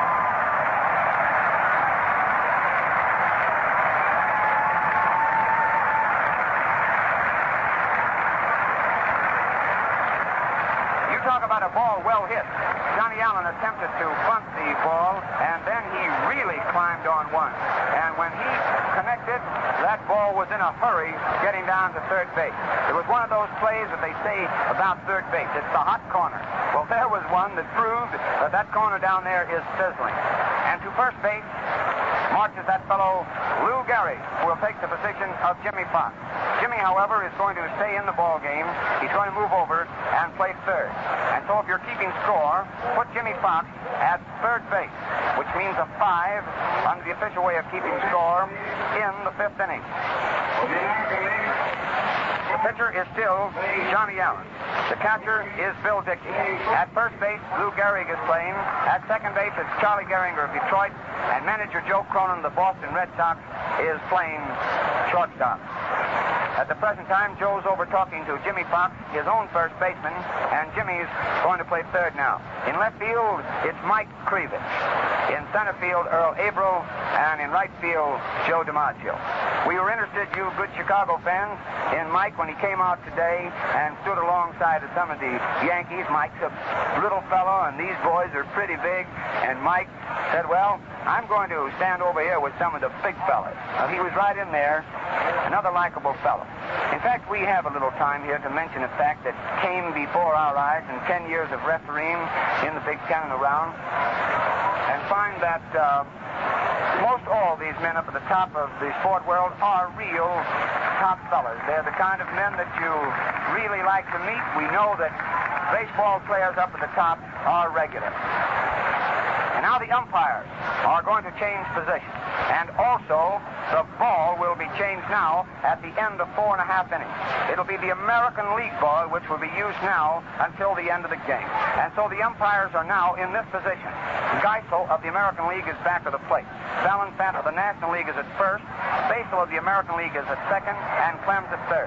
The first ball is pitched to Bill Lee, who hits it into center field. Earl Averill comes in and makes the catch.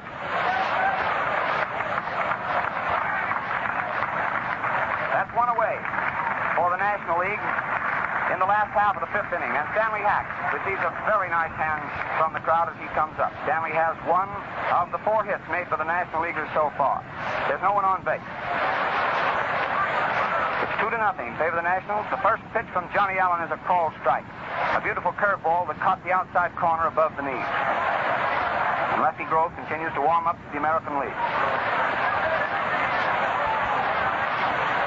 The pitch, Stanley Hack swings. It's a fly ball again out into center field. Earl Averill just nonchalantly walked over and takes it for the out. 2 up and 2 away. And we wonder sometimes just how often you good people listening in hear that. 2 up and 2 away. 1 up and 1 away. Sort of a stock phrase, but it does tell the story, doesn't it? Well, the batter is Billy Herman. Billy has 1 for 2 in this ball game. Right-hand batter swings at the first pitch and fouls it in the stand. Strike 1. Bill takes a position in the batter's box, deep in the box. He keeps his right foot on the line farthest away from the plate. So much so that the umpires always have to take a look to see that he's in the box.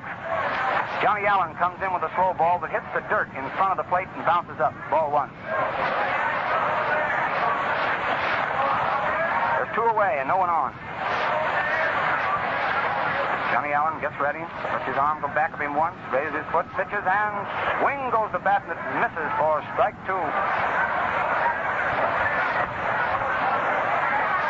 1 ball, 2 strikes.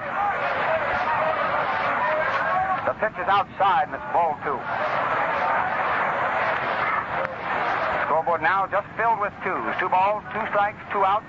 2 runs for the National League, nothing for the American League. And Billy Herman, as Johnny Allen was getting ready to pitch, walked out of the batter's box.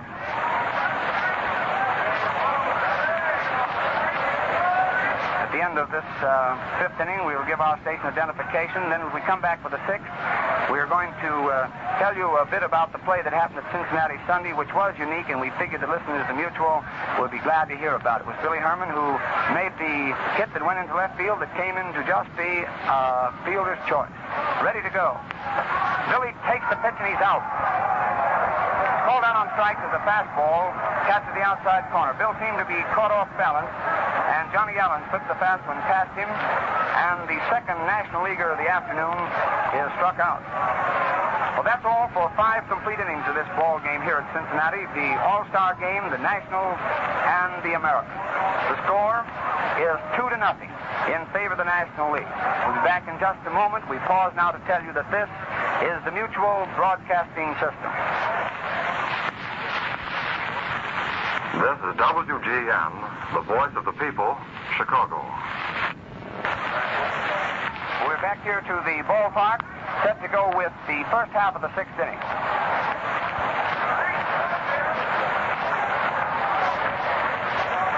Manager Joe McCarthy is now sending Roger Kramer Into bat for Mike Krivich. Roger, the outfielder with the Boston Red Sox.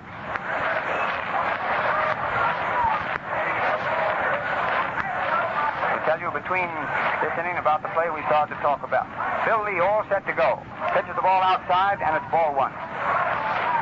Roger takes the fastball, waist high. Kramer stands right near the plate, near that line in the box to allow him. Lee comes in, the ball's hit down toward second base. It's a slow roller. Billy Herman comes in, the underhand throw to first, and he's out. Doesn't make any difference which way you hit the ball towards either of these second basemen today. Gehringer or Herman, they're in there and have the ball and get it over to first base in a hurry. Here he is. Talk about him, comes right up in front of you. Charlie Gehringer. He's getting ready for Bill Lee's first pitch. General raises the foot, pitches strike one. Keifel's right arm goes up. One strike is a fastball across the letters, which says Detroit. Lee ready? Pitch, a curveball is fouled into the stands, the upper stands. And it's strike two.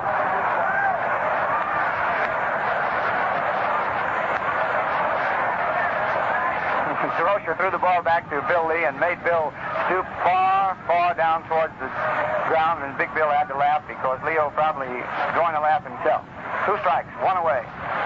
Lee set to go, sends the ball in, hits sharply down towards shortstop DeRocher. He comes up with it. Here's the throw over to McCormick, and that's all for Gehringer. DeRocher to McCormick, and there's two away.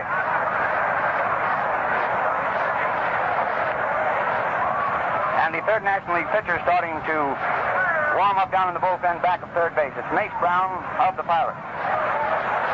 The batter is Earl Averill, who's looking for his first hit in this All-Star game. He grounded to second, slide to left. Bill Lee set to go. Sends the ball in low for ball one. Goodman is pulled over towards the line. Hart is moved over towards the flagstaff in right center. And Joey Medwick shortens up a bit in left and pulls over near the scoreboard. The pitch is a called strike. Bill gets his fastball waist high. Earl looks down at third base coach Artie Fletcher, whether or not the take sign's on or the hit if it's good.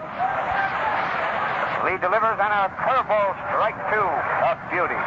It waved its way over the inside corner, just creasing that inside corner for a called strike. 1 ball, 2 strikes. Lee pitches, misses the inside corner, and it's ball even, ball two. And strike two, and 2 out, and 2 runs. The National League leading 2-0. Lee lets his arm go around once, raises that left foot of his, pitches, and Averill is called out on strike. Bill Lee has shown a very good curveball today. Mixed with his blinding speed, it's made him very effective. Whether or not he's going to come back in the next inning, I don't believe he will, because he's getting a great hand. Listen to this.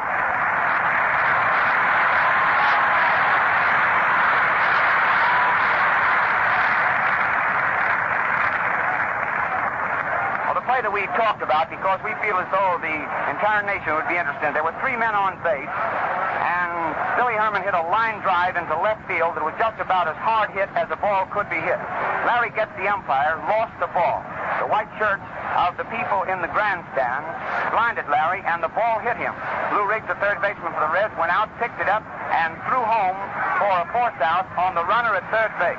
And if you don't think the Cubs were mad, Bob, you should have heard them. It was one of the oddest plays that we've seen in baseball. And the reason we brought it up was the fact that Billy Herman, in coming up into the All-Star game with Charlie Gehringer, gives us a chance to sidelight, and we hope that you like that part of the broadcast at least. And Roger Kramer is going to play left field for the American League.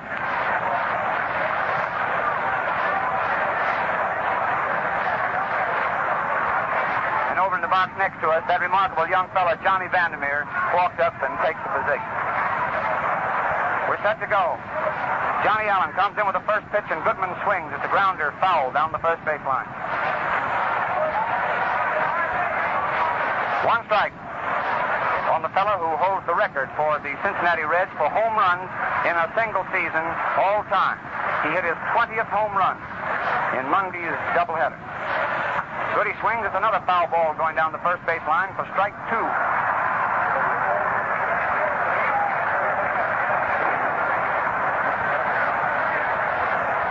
Goodman stands deep in the batter's box. He puts his left foot in the corner of the batter's box, which is closest to the home plate.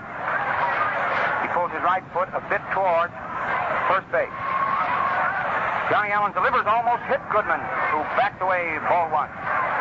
And he did hit him, nicked him right on the shoulder, and Goody is waved to first base by umpire Geisel. Goody gets hit more than any ball player in the National League. And Bill McKechnie, the manager of the Reds, comes down to tell Joe Medwick, who comes up to the plate, what sign will be flashed. You know, in this ball game, they've changed their signs, naturally, and they want to be certain. The American Leaguers are not being fooled into looking for a bunt, at least by their lineup at the start of the pitch. Goodman's off first. Here Lou Gehrig moves over, and the pitch is outside. Ball 1.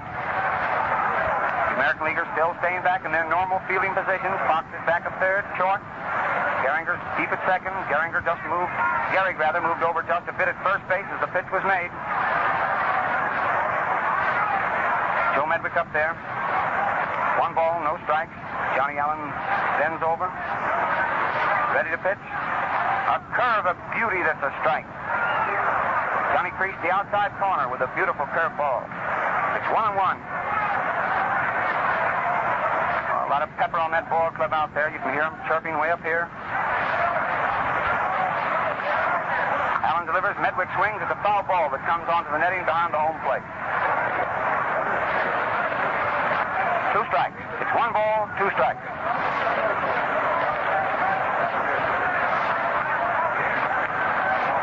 Lefty Grove continues to throw down in the bullpen, back of first base for the American League. There's no one throwing in the bullpen for the National League. Johnny Allen turns his back over at first. However, he looks over his left shoulder, watches Goodman, brings his hands to rest in his chest, pitches, and Medwick swings. It's a fly ball going into right field. Joe DiMaggio is under it. Pats his glove once, twice. He has it. And that's all for Medwick. There's 1 away. And Mel Ott, who hit a long triple into the right center field corner of the bleachers, comes up for his 3rd time in the All-Star game. Mel has 1 for 2. He scored 1 of the 2 runs that have been made in the game. Both runs being made for the National League. It's 2-0. With Goodman on first base, 1 out in the last of the 6th inning. Johnny Allen of Cleveland. Ready to deliver the ball, lets go of it, and Mel takes it inside for ball 1. Very easy to see why this fella has won 12 and lost none. He gives them very little up there that's good to hit. Works 1 low, 1 high, 1 inside, 1 out. Always looking for something. Comes in, pitches, and there goes Goodman to second base. Hot swing, has a strike, and a throw goes on into center field, and Goodman moves over to third.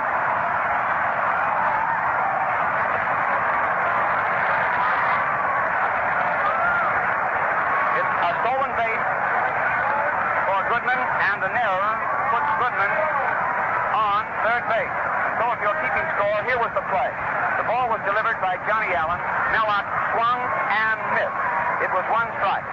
The throw by Bill Dickey was far over Joe Cronin's head, who was covering second base, and Goodman, going into second with his slide, immediately came up and moved over to third base. There's 1 away.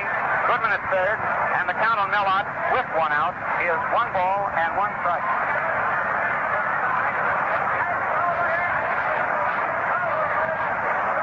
The infield now of the American League is pulled up on the baseline. Johnny Allen not taking his wind-up, even though there's a runner on third. Pitches, and it's low for ball 2. The ball went down into the dirt, and Bill Dickey came up with it. Lou Gehrig comes over, probably asking Johnny why he didn't take his wind-up. You can be certain Johnny is out there pitching, and he'll do it the way he wants. He probably figures he can pitch better that way to Mellott. He's still doing it, even though there's a runner on third. Pitches, and it's outside for ball 3. There was a delay on the count. The scoreboard didn't register. The umpire didn't move his arm. 3 balls, 1 strike. 1 out. Goodman takes his lead off third. He's in foul territory, so if he's hit with the ball, he won't be out. Allen delivers. Mel swings and misses for strike 2. And the reason the runners take that position off third base in foul territory, that if they're hit with a batted ball, they will not be out. Only when they're hit batted ball in fair territory are they declared out. Johnny Allen now taking his full windup. Delivers hot, swings and misses and strikes out. And Millard is struck out. Johnny knew what he was doing out there.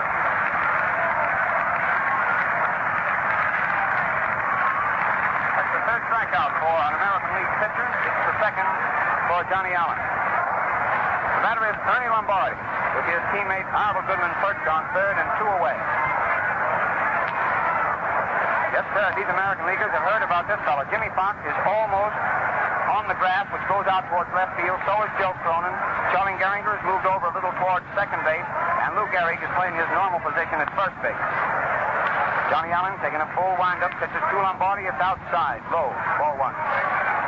Ordinarily, the second baseman in the National League moves over just a little farther towards second base than Gehringer is playing Lombardi at the present time. Billy Herman plays in the short center field when he's here. The pitch, Lombardi swings and misses. Strike 1. Ball bounded out of Bill Dickey's glove. The big fella hopped right onto it. Johnny Allen comes right onto the pitcher's mound. Puts his right foot on the rubbers. Left is also touching. Lets his arm go back once. Delivery, Lombardi swings at the foul ball, sliding off the bat into the upper deck of the stands back of first base. Over there, all the photographers are stationed, and there's not a wild scramble. They're protecting those cameras. 1 ball, 2 strikes. 2 away. Goodman's on third. Big Ernie Lombardi. He has that interlocking grip, the same that a golfer uses when playing that favorite game they call golf. Lombardi swings on a pitch from Johnny Allen, again fouls it back into the stand. They tell us Lombardi is the only ball player in the major leagues who uses an interlocking.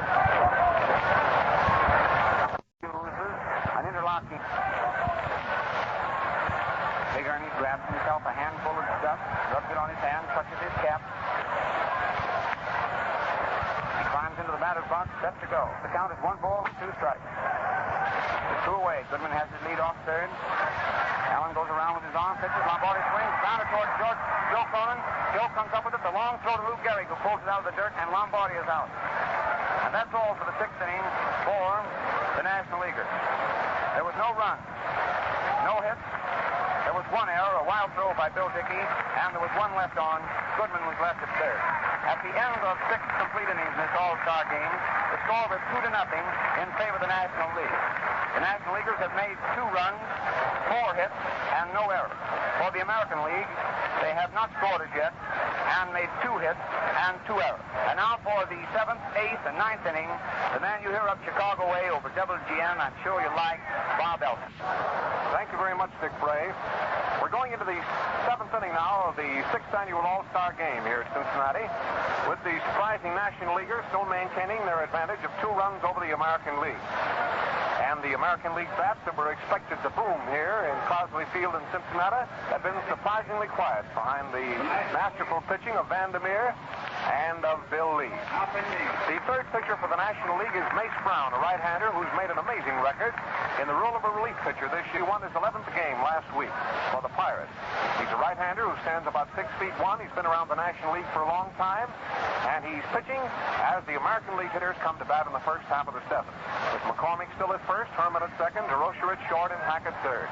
Sedgwick in left field, Mellott in center field, and Ivy Goodman in right field. Lombardi is still back at the plate, and Mace Brown, a right-hander, is on the mound.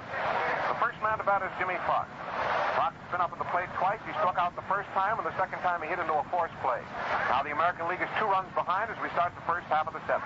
A slow ball to Fox forces him right out of the batter's box, and it's ball 1. Baker coaching at first, and Artie Fletcher at third. The ball game is in the first half of the 7th. Mace Brown, a right-hander, on the mound. He's getting a sign again. The next pitch is in the dirt, a ball low and outside, and the count is 2-0. A beautiful day in Cincinnati today for the All-Star game. Crosley Field here is jammed to capacity. There's customers standing all around in the aisles and every place available. The next pitch to Fox is a right through the middle pitch, a straight pitch right around his knees for a called strike. To get it in there, and the count now is ball 2 and strike 1 on Fox. Big number 3 in the back of his gray uniform. Hack talks it up over there at third base for the National Leaguers. The next pitch, he hits the ground ball. It's goes off of DeRocher's glove for a hit. A ground ball to the shortstop DeRocher's left. He moved to his left fast, tried to flag the ball, could just get it on the end of his glove, and it's a hit for Fox. That was a sharp single to the left of the shortstop DeRocher, who made a great try for the ball but couldn't get it. That brings up Joe DiMaggio. A slow curveball he swings at and fouls off there to the right, and it's one strike on DiMaggio. There's a man on first here for the American League. That is hit number 3 for the American Leaguers. They had a hit in the 3rd inning by Cronin, ninth inning by Dickey, and now a hit to start the 7th inning off of Mace Brown by Fox. DiMaggio is up.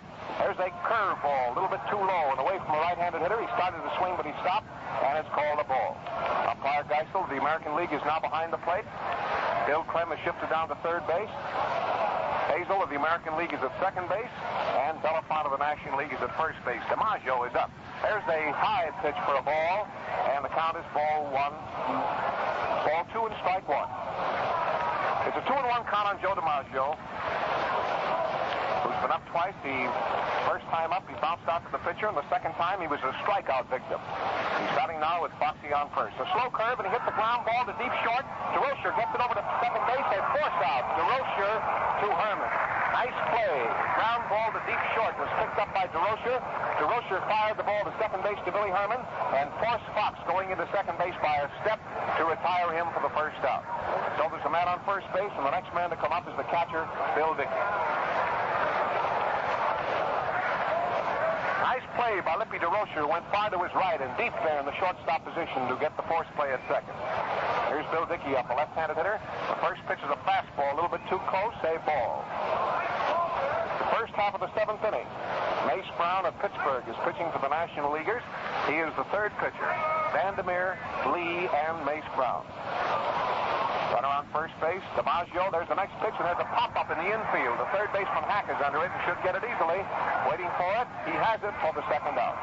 A pop-up in the infield was caught by Stanley Hack just about 5 feet to the shortstop side of third base and right in the baseline. Well, that's 2 gone now, and the next man to come up is the shortstop, Joe Cronin.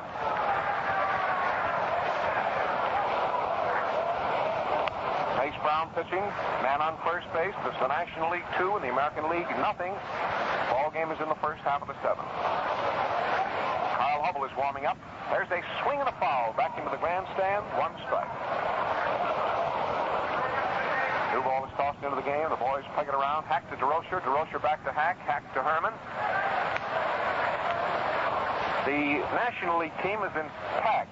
The American League team has made 2 changes. Fox went from first to third and Gehrig to first. Kramer went to left field in place of Krivich.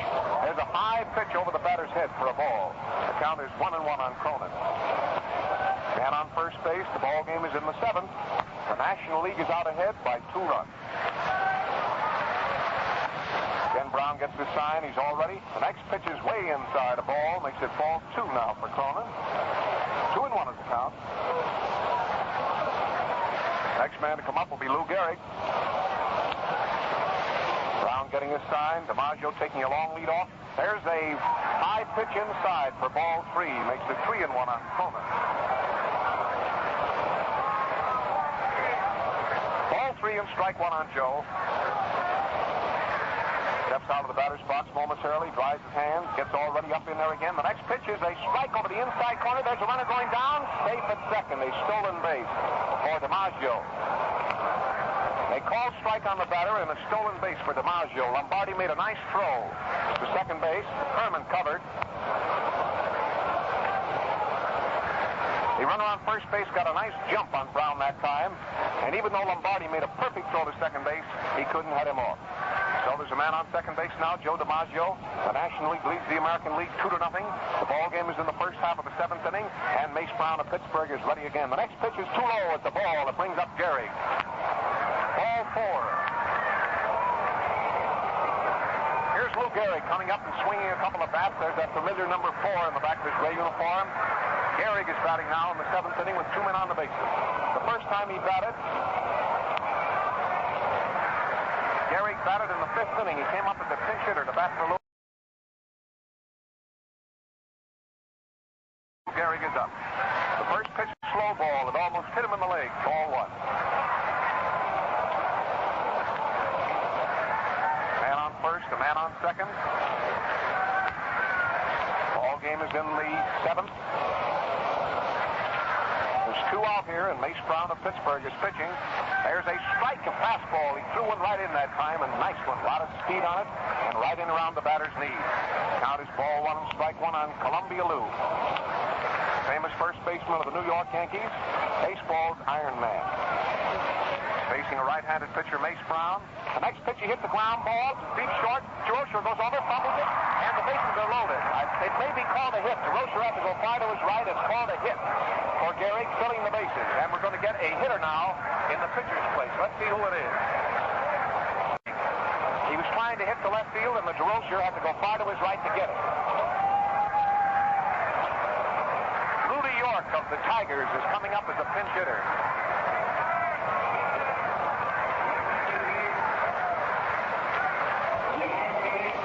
Rudy York. For the American League, Rudy York of Detroit is coming to bat now, a right-handed batter. A single would tie up this ball game. Bases are loaded for the American League. The game is in the first half of the seventh, and the score of the game is 2-0 in favor of the National League. Lou Gehrig beat out a hit off of DeRocher's glove. 2 out and 3 men on, and here's big, powerful-looking Rudy York up. First pitch is a ball into the dirt, and Lombardi had to go to his knees to keep the ball from getting away from him and letting a run score. Lombardi went to his knees, stopped a pitch that looked like it was going to be a wild pitch. He went to his knees and stopped it. The bases are loaded, and the ball game is in the seventh inning. Mace Brown of Pittsburgh, a right-hander, is on the mound. The next pitch, he took a murderous swing at and foul tipped it off of Beezer Lombardi's chest protector, and the count now is ball one and strike one on Rudy York.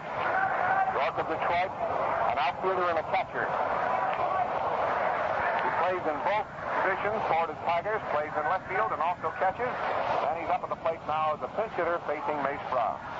The next pitch is a ball. It's in the dirt again, and Lombardi is down to stop it from getting away from him. And the count is ball two and strike one on York. He pulls that black cap firmly on his head, steps out of the batter's box, steps up in there again, pounds that light yellow bat on the plate. Now he's watching Mace Brown as Mace Brown gets his sign again. The next pitch, he swung at him, missed a fastball over the inside corner, waist high, and the count now is 2-2 on Rudy York. Bases loaded. Rudy York batting. Seventh inning. The All-Star game at Cincinnati. And the score is 2-0 in favor of the National League. The American leaders have the bases loaded here. The next pitch is a ball. It's too low, and the count is 3-2. And just think what hinges on this next pitch. A wide one would force in a run and bring up Roger Kramer. There's 2 out. The bases are loaded. 3-2 on the batter. And with this next pitch, all the runners will be underway because something has to happen with the pitch. It's 3-2, remember. On the batter, the bases loaded. The American League 2 runs behind. Now just get the picture here in Cincinnati as Mace Brown gets all ready to pitch. Here he is. It's a swing and a miss. He struck him out. A fastball around his knees, and York went around hard to try to give that ball a ride, and he struck out.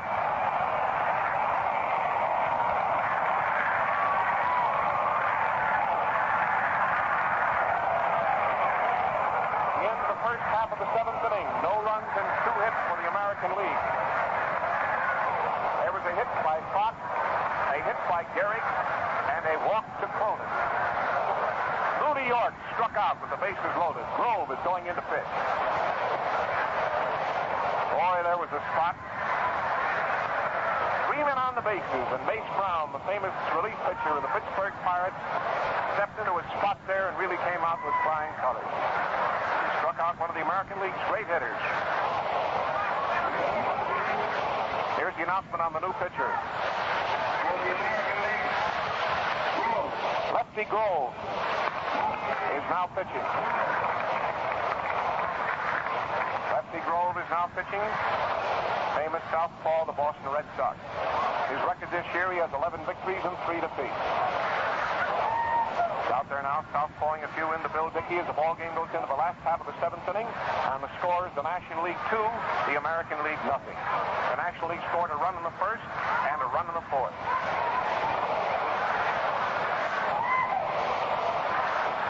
Well, the fans here are still recovering from that tense moment here in the first half of the seventh inning when Mace Brown struck out Rudy York with the bases loaded. Now the first man to bat for the National League is the first baseman, Frank McCormick. He's facing Robert Moses Grove, and his slow ball is the first pitch. He fouls it off the handle of his bat. It rolls on the ground off to the right, and it's one strike. Nobody on and nobody out. The game is in the last half of the seventh inning. The National League leads 2-0. Grove takes his time out there, getting all set. There's the start of the windup. Here's the next pitch to McCormick. It's a fly ball down the left field line. It's going foul. Way down into the seats. Far down in the right field corner. And it's 2 strikes now on the National League first baseman, McCormick.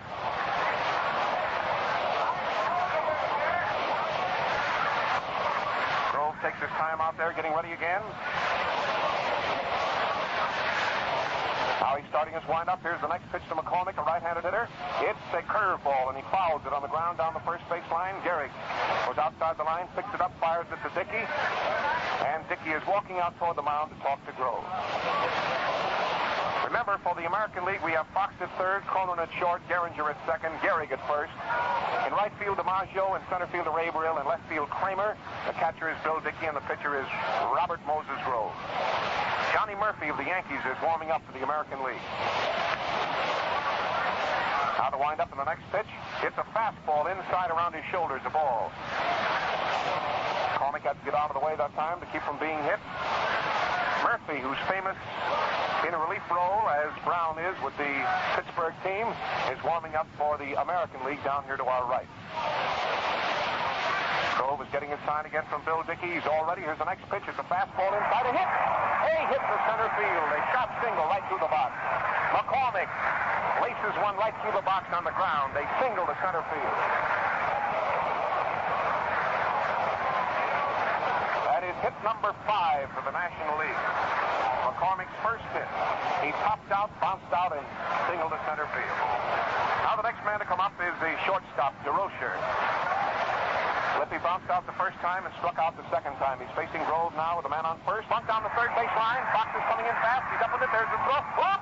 He threw the ball away. There was nobody covering first base, and McCormick is coming all the way around to third. DeRocher is going all the way. McCormick comes all the way to the plate, and DeRocher goes to third. Here's a wild throw to the plate, and DeRocher scores. A wild throw to the plate, and DeRocher scores. 2 more runs are in for the National League, and they lead 4-0 on that bunt. There was nobody over to cover first base. The bunt was fielded by Fox. Fox threw the ball to first base while Gehringer was shifting over to cover but wasn't there. The man on first base, McCormick, went all the way around and scored. And the third baseman threw the ball past first base into right field. Before the ball was recovered, DeRocher was around the third. There was a wild throw to the plate that went up against the railing, and DeRocher scored. Now we'll have all the errors for you. In just a second, we have to wait to get it from the official score. We don't do any guessing on these broadcasts. Here's a right-hand hitter up, makes Brown, and it's a curveball around his knees for a strike. The score is 4-0 now in favor of the National League. There'll be 2 errors on the play, that much is sure. Now to wind up in the next pitch. It's a slow curve, a little bit too close, the ball. National League leads in the last half of the 7th inning, 4-0. That was a wild play there. American Leaguers talking up out there in the infield. Mace Brown, the pitcher, is up. There's a swing and a miss right around his knees. He swung hard and missed it. Everybody in the press box is waiting for word here from the official score. A sacrifice hit for the batter DeRocher, an error for Fox, and an error for DiMaggio. As we told you, there were 2 errors on the play. Strike 3 struck him out. A curveball right around his knee. Struck out. Mace Brown struck out. Fox gets an error for the throw to first. The ball hit against the railing and bounced into right field. DiMaggio made a bad throw to the plate, and he gets an error. So there's the play for you. A sacrifice for DeRocher. 2 errors, and 2 runs are in. The score is 4-0 in favor of the National League. Here's Hackup, the leadoff man. He has 1 hit. The first pitch is a strike. It caught the outside corner, waist high, a sharp-breaking curve. Game is in the last half of the 7th inning. The National League has increased its lead in this ball game now to 4-0. Now the wind up. A slow corner again. 2-1. Fox now is over against the hands, and now again.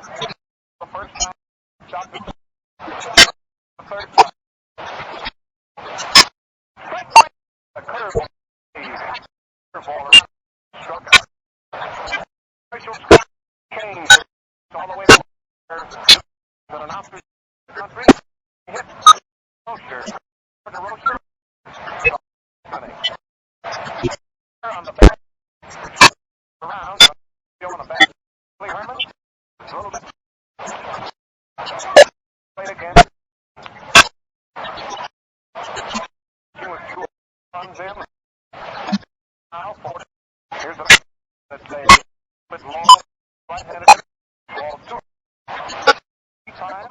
On an error. The second time was his last time. National League. Pitch.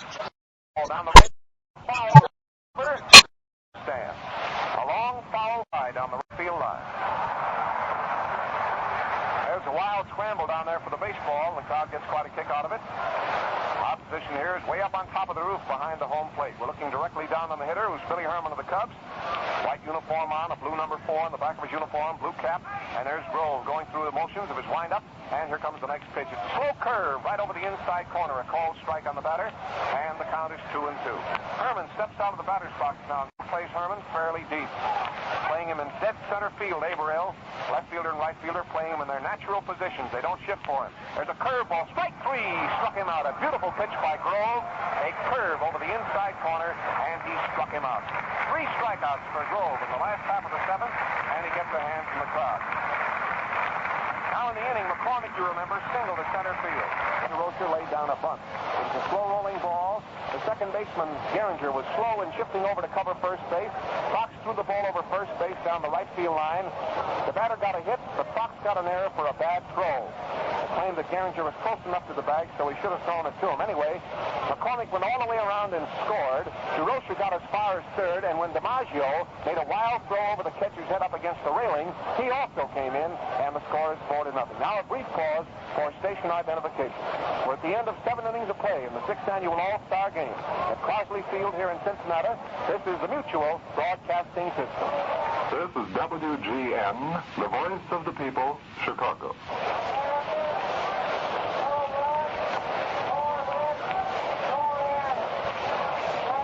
Now the first man to bat for the American League is Kramer. Left-handed hitter, ball the first one. Here are the totals for 4 innings. The National League, 4 runs, 6 hits, and no errors. The American League, no runs, 4 hits, and 4 errors. Strike to Kramer right around his waist. Roger Kramer, outfielder of the Boston Red Sox, is playing in left field for the American League All-Stars. He's up at the plate with nobody on and nobody out, and Mace Brown, a right-hander, on the mound. Next pitch is a fastball, forces the left-hand hitter right out of the batter's box, and the count is ball 2 and strike 1. Nobody on and nobody out, and the National League has increased their lead now to 4 runs. Brown is getting his sign again from Big Beezer Lombardi. He's all set. Here's the pitch. It's a ground ball to Hack. He's up with a nice play. There's the throw across the infield. He's out, and the fast play back to McCormick. Hack came up that time with a bad bounding ball. It went hit at him very sharply. He came up with the ball cleanly, fired the ball across the infield to get a fast man, Roger Kramer, by a step. That's one gone, and the next man to come up is Gehringer.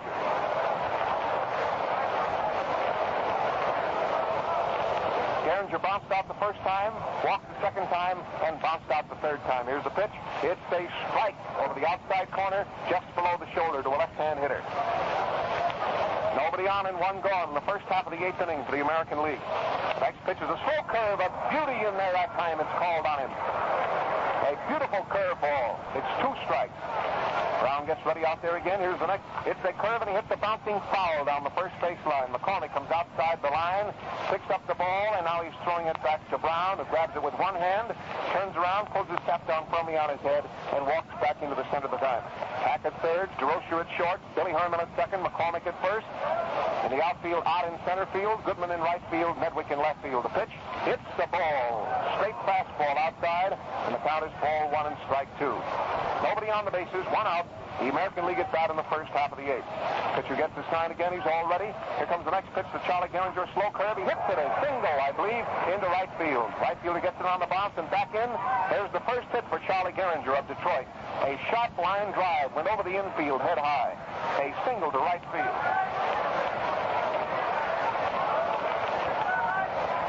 Next man to come up is Earl Averill. He bounced out the first time. He flied out the second time, and he struck out the third time. That is the 5th American League hit. First pitch he swung at and tipped it foul. It drops at the plate, just to the left of the plate and behind it. And a new ball is tossed into the game, and the National Leaguers peg it around. The National League is warming up two pitchers, Turner of Boston, a right-hander, Hubble of New York, a left-hander. A slow curve, he hits a high foul that's going into the stands here to our left. 2 strikes on Earl Averill. Charlie Gehringer's on first base. There's 1 gone. The game is in the first half of the 8th with the American League batting, and the score is 4-0 in favor of the National League. Bob Feller is warming up for the American League, and Johnny Murphy is warming up. A ball way outside, head high. Center fielder of Cleveland, Earl Averill, is up at the plate. Number 3 in the back of his gray uniform. Brown tosses the ball over to Hack, and Hack takes his glove off and proceeds to rough it up and get some of the shine off it. Hirschberger and Danning are warming up the 2 National League sit down the line here to our left. Rick Farrell and Schulte are warming up the American League pitchers. Mace Brown, a right-hander, is on the mound for the National League with a man on first base. A curveball, and he swung hard that time and fouled it. It goes back into the screen, and the count is still ball 1 and strike 2. Lombardi, who is caught all the way for the National League, steps out in front of the plate and fires the ball to Hack. And again, Stanley takes his glove off and roughs the ball up in his hand. We're in the 8th inning of the All-Star game at Cincinnati, with the National League out ahead 4-0. They scored 1 in the first, 1 in the 4th, and 2 runs in the 7th. Gets the sign out there again. Here's the next pitch. Averill took a high pitch way outside. A ball makes it 2-2. Jim Turner and Carl Hubble are warming up for the National League. The American League 4 runs behind here. 1 out of the man on first. Brown gets ready. Here's the next pitch. A swing and a high fly to right field. As the right fielder is coming in for it fast, Ivy Goodman. He has it for the second out. A high fly into right field was caught by Goodman for the second out. He ran in about 20 feet. Now the next man to come up is Fox, third baseman. He started out at first base and then shifted across the infield to third base when Gary came into the game. Man on first base and Fox batting. Umpire Geisel stops the game, steps around in front of Lombardi with a whisk broom and cleans off the plate. Now he steps around behind Lombardi, pulls his mask down firmly on his head, and we get all set to go again. It's the first half of the 8th inning. The American League has a man on first with 2 gone. Now the pitch to Fox, a curveball. It's in the dirt, ball 1. National Leaguers talk it up out there. Lots of the old pepper on both sides. Brown is ready. Here's the pitch to Fox. It's a strike right through the heart of the plate.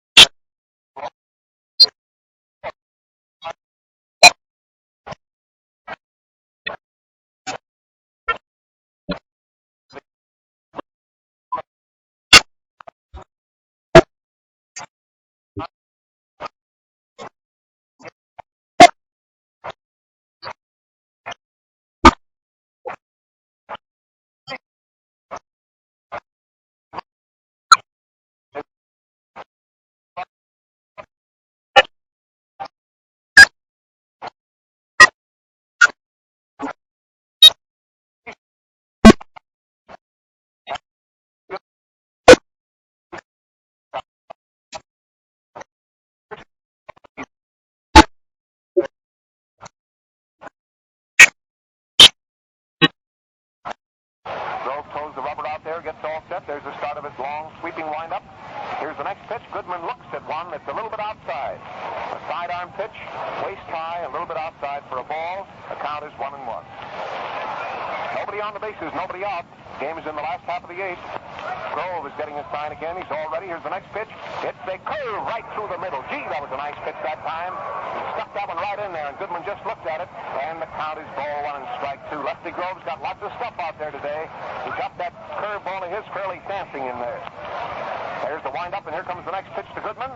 It's a swing and a foul back into the net. Goodman swung at a high fastball that time and hit it back into the screen, and the count is 1-2. Harry Geisel of the American League is now the umpire back at the plate. They're using the American League ball. They've used it since the end of the first half of the fifth. Grohl, the left-hander on the mound, is getting a sign again from Bill Dickey. There's the start of the windup. Here's the next pitch. A long fly ball back into right field. The right fielder DiMaggio is there, and he has it for the out. A long fly ball. DiMaggio had to go up the incline about 10 feet for Goodman's fly ball, but it was hit right at him, and he had no trouble with it for the first out. Now the next man to come up is Joe Medwick of the Cardinals. Joe Medwick flied out the first time, popped out the second time, and sent a fly ball into right field the third time. He hasn't made a hit today. Here's the first pitch to him. It's a curve ball, a little bit low and outside, away from a right-handed hitter. Ball. Medwick of the Cardinals. There's that familiar number 7 in the back of his white uniform. One out and nobody on here for the National League. The ball game is in the last half of the 8th. Grove is ready. Here's the next pitch. A curve, and he hits it over the short. A hit over the shortstop's head into left field. The left fielder takes the ball on the bounce and fires it back in. It was a nice, clean hit. A line drive right over the shortstop, Cronin's head. That is hit number 7.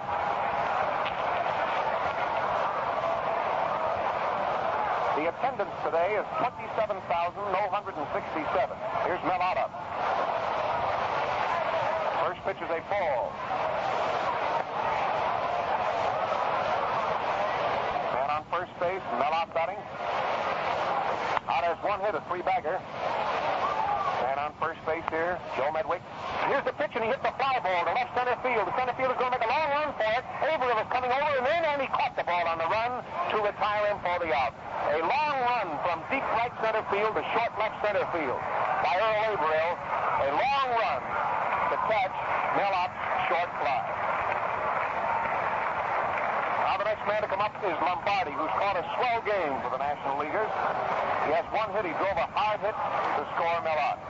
Top of the plate now with a teammate on first base. 2 gone here in the last half of the 8th. The National League has a 4-run lead. Right over the plate, he hits a short fly ball to right center. I think it's going to drop for a hit. It is a hit. And there goes Medwick around to third base. It was a hit into right center field by Lombardi, his second hit. A Texas leaguer into right center field by Beezer Lombardi dropped for a hit. Nobody could get within 10 feet of the ball. They put the man on first and the man on third, and brings up the first baseman of the National League, Frank McCormick. McCormick has been up 3 times. He popped out, he bounced out, and he singled. Batting now with the man on first and the man on third. 2 out here in the last half of the 8th inning. Grove is ready. Here's the pitch. It's a ground ball down the third baseline to Fox. He's up with it. There's a throw to second. Out at second base. Lombardi is out. Fox to Gehringer, and it retires the side. Well, that's the end of the 8th inning. No runs and 2 hits for the National League. They lead 4-0 as the American League comes to bat for their last chance in the first half of the ninth.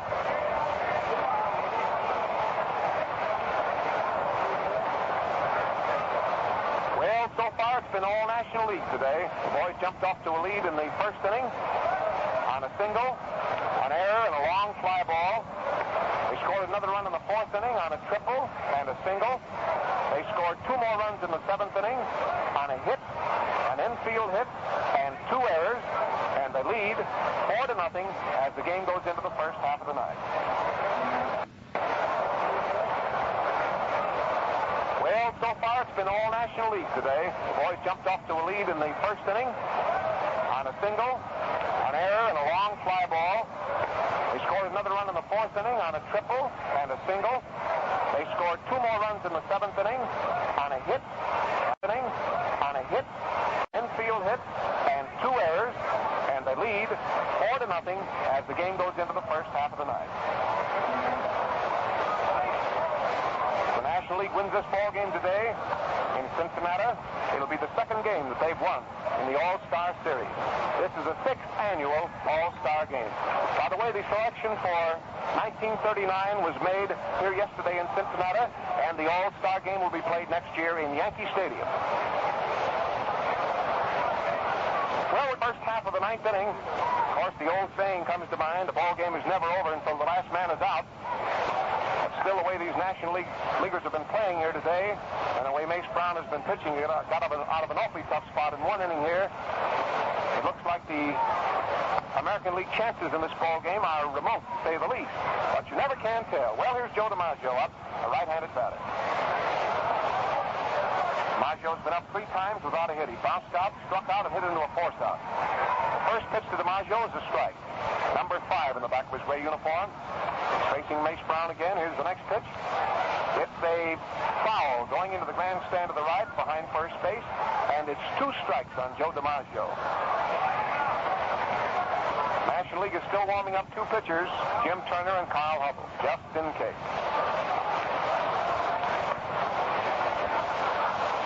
Third baseman Hack comes over to talk to the pitcher. Now he goes back to his job at third. Stanley's played a swell game. Hack has cracked out 1 hit and played a nice game. There's a hit right over the third baseman's head. DiMaggio pulled one to left field. Medwick gets it on the bounce and back in fast. It's a single for Joe DiMaggio. Caught a hold of that ball and pulled it past Hack's head into left field. That's hit number 6 for the American League. Next man to come up is Bill Dickey. He's been hitless.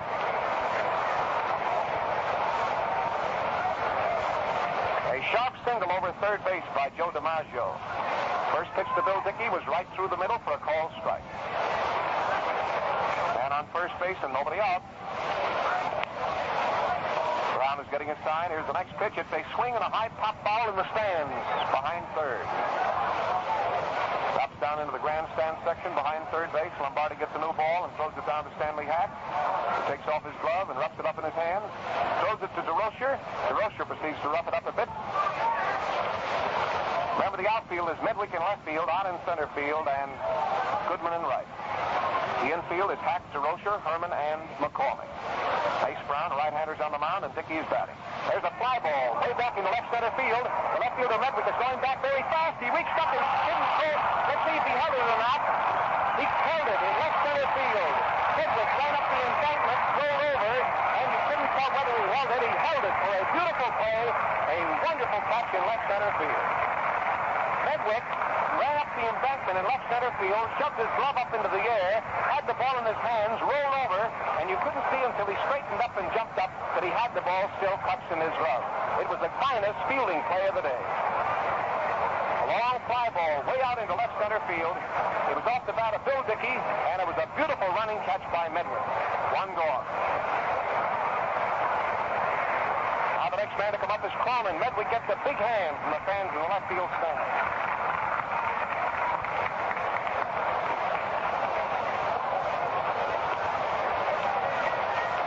Here's a right-handed batter Cronin up, and he swings hard and misses. And on first base for the American League. Gee, that was a wonderful catch out there. You should have seen it. He leaped into the air and then rolled over and turned a somersault about 3 times. The umpires didn't call the play until he straightened out with the ball clutched in his glove. Here's the pitch to Cronin. A swing and a miss. Fastball right in around his knee.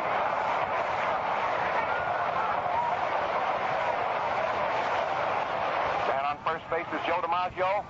Mace Brown is pitching to Cronin. Cronin's had 1 hit in the ball game. Gets out of the batter's box, and now he's up in there again. Brown gets his sign. He's all ready. Here's the pitch. It's a swing and a foul. It rolls on the ground off there to the left. Now the new ball is again tossed down to Stanley Hack. Gee, that was some catch out there. That ball had gotten away from him. It would have gone to the corner in left center field and probably gone for a triple. Brown is getting his sign again. Here's the next pitch. It's a fly ball way back in the left field. Medwick is going way back. The ball is over his head. It just hit the fence out there. The man, DiMaggio's coming around to third base, and he's trying for the plate. Here's the throw. They make it, and it's close. He scores. DiMaggio scored. The relay came in from Medwick to DeRocher to Lombardi, and he scored. A drive hit over the left fielder Medwick's head all the way to the left center field corner for a double for Cronin. The shortstop ran into short left field and took the throw. It was a perfect relay. Medwick to DeRocher to Lombardi. It was close at the plate. He hit the dirt, and he scored. And the score is 4-1. Leaves a man on second and brings up Lou Gehrig.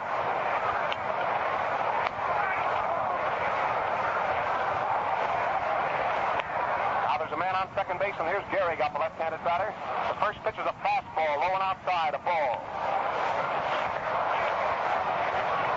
Cronin on second base. The National League leads with 1 out in the 9th inning, 4-1. Mace Brown is pitching to Gehrig. There's an inside pitch over the inside corner at the knee. Gehrig jumped, but the umpire called it a strike anyway.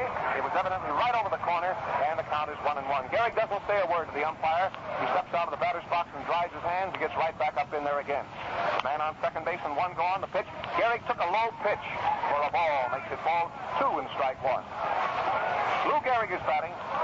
Gehrig has had 1 hit. He beat out an infield hit the last time up off of DeRocher's glove. That's the second hit for Cronin. He and Lombardi have each made 2 hits. Mace Brown gets his sign again. The next pitch, he hits a long fly ball. Left field, the right fielder goes back. He caught it. A leaping catch from Gehrig strong drive. Back to the fence. Here's a throw to third, and he's safe at third. Gehrig slammed a long fly ball way back into right field, and Goodwin ran up the embankment, leaped up and caught it for the second out. The ball was hit very hard. Now there's a man on third base with 2 out. 1 more and this ball game will be over. And here's a pinch hitter coming up. Johnson of Philadelphia. Johnson of Philadelphia is going to bat for the pitcher. Lou Gehrig hit that ball very hard in right field, but he hit it straight at the outfielder. It was high, and he had to back up and made a leaping catch of the ball. A nice play by Ivy Goodman. Here's the announcement. Johnson batting for Grove. There's 2 out here with a man on third, and the score is 4-1. Bob Johnson up. Big, powerful-looking fellow, a right-handed batter. He's facing Mace Brown. Ball game in the 9th inning and 2 out. The National League is within 1 out of victory here in the 6th annual All-Star game. Now the pitch.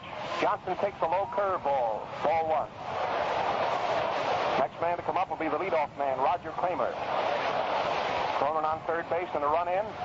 Here's the next pitch, a fastball. Caught the corner that time, a nice pitch. Count is 1-1. See, this fellow Brown has a lot of stuff out there today. Picks up the rosin bag again, dries his hands, gets all ready. Now the start of the windup, and here's the next pitch. It's a curveball over the inside corner, a nice strike. Makes it ball 1 and strike 2 on Johnson. 1-2 on Johnson as Mace Brown gets his sign again. The next pitch is a ball into the dirt, and the count is 2-2. A nice stop by Lombardi of what looked like it was going to be a wild pitch. Joe Cronin on third base. Mace Brown picks up the rosin bag and dries his hands carefully. The National League still has 2 pitchers warming up. Here's the next pitch, and it's a ball. Blowing outside. The count is 3-2 on the batter. The batter thought it was ball 4 and started for first base, and the umpire called him back. Johnson thought that was ball 4. He started for first base, and he's talking to the umpire now. He thought it was the 4th ball, but umpire Harry Geisel of the American League calls him back, and he's back in the batter's box again. And on third base, 3-2 on the batter, and 2 out here in the 9th inning of the All-Star game. Here's the pitch. It's strike 3. That game is over. Right down the middle. Johnson is out on strike. He didn't swing at it. The ball game is over, and the National League defeated the American League today by a score of 4-1. Well, that was quite a ball game today. A lot of thrills in this ball game as the National League finally came into its own here today in the National League town of Cincinnati to defeat the American League by a score of 4-1. Well, it was quite a ball game. Now the crowd is surging out onto the field. The autograph hunters today, of course, have had a field day, being all over the place before the game today and getting the autographs of all these famous stars from all the other cities. Of course, down here in Cincinnati, they don't have many chances to see the American League teams, as there's no American League team in this city. Cincinnati represents the National League. And so the fans have been eyeing after all the American League players here today because this is probably the last chance they'll get a chance to see them down here for a long, long time. Well, it was a wonderful game and a wonderful setting. And as we said before the ball game, may the best team win. And today it was the National League. They defeated the American League in the 6th annual All-Star game by a score of 4-1. Well, Dick Bray has a lot of dope for you on the game. And so, ladies and gentlemen, hoping you've enjoyed the game today. I'm going to turn the microphone over to my associate, Dick Bray, of station WSAI here in Cincinnati. Well, thank you, Bob Elson. And the totals for this afternoon's ball game for the National League winning by a score of 4-1, with the National League 4 runs on 8 hits and not an error. For the losing American League, 1 run on 7 hits and 4 errors. As Bob told you, there were 2 batters in this ball game who made 2 base hits. It was Joe Cronin, the manager of the Boston Red Sox, who had 2 for 3. And Ernie Lombardi, the catcher for the Cincinnati Reds and the catcher for the entire game for the National League, had 2 for 4. As Bob told you during his conversation with Bill Terry last night, he told Bob that he was going to let Lombardi catch the entire game because he was going to try to see if it was possible for the American League to get Lombardi out, and if so, he was going to pitch it the same way. The winning pitcher this afternoon was Johnny Vandermeer of Cincinnati. The losing pitcher was Gomez of the New York Yankees. The attendance was 27,067. The record for Crosley Field is 38,469. That's all from Cincinnati at the present time. It was a pleasure for me, too, this afternoon to work with Bob Elson of WGN. We had a grand time out here. Cincinnati, as you said, Bob won't get to see this for some time. Since 1919, this was the first time that Cincinnati took on a World Series attitude. They liked it. They'll want more of it. It means a great deal to Cincinnati to have this All-Star game.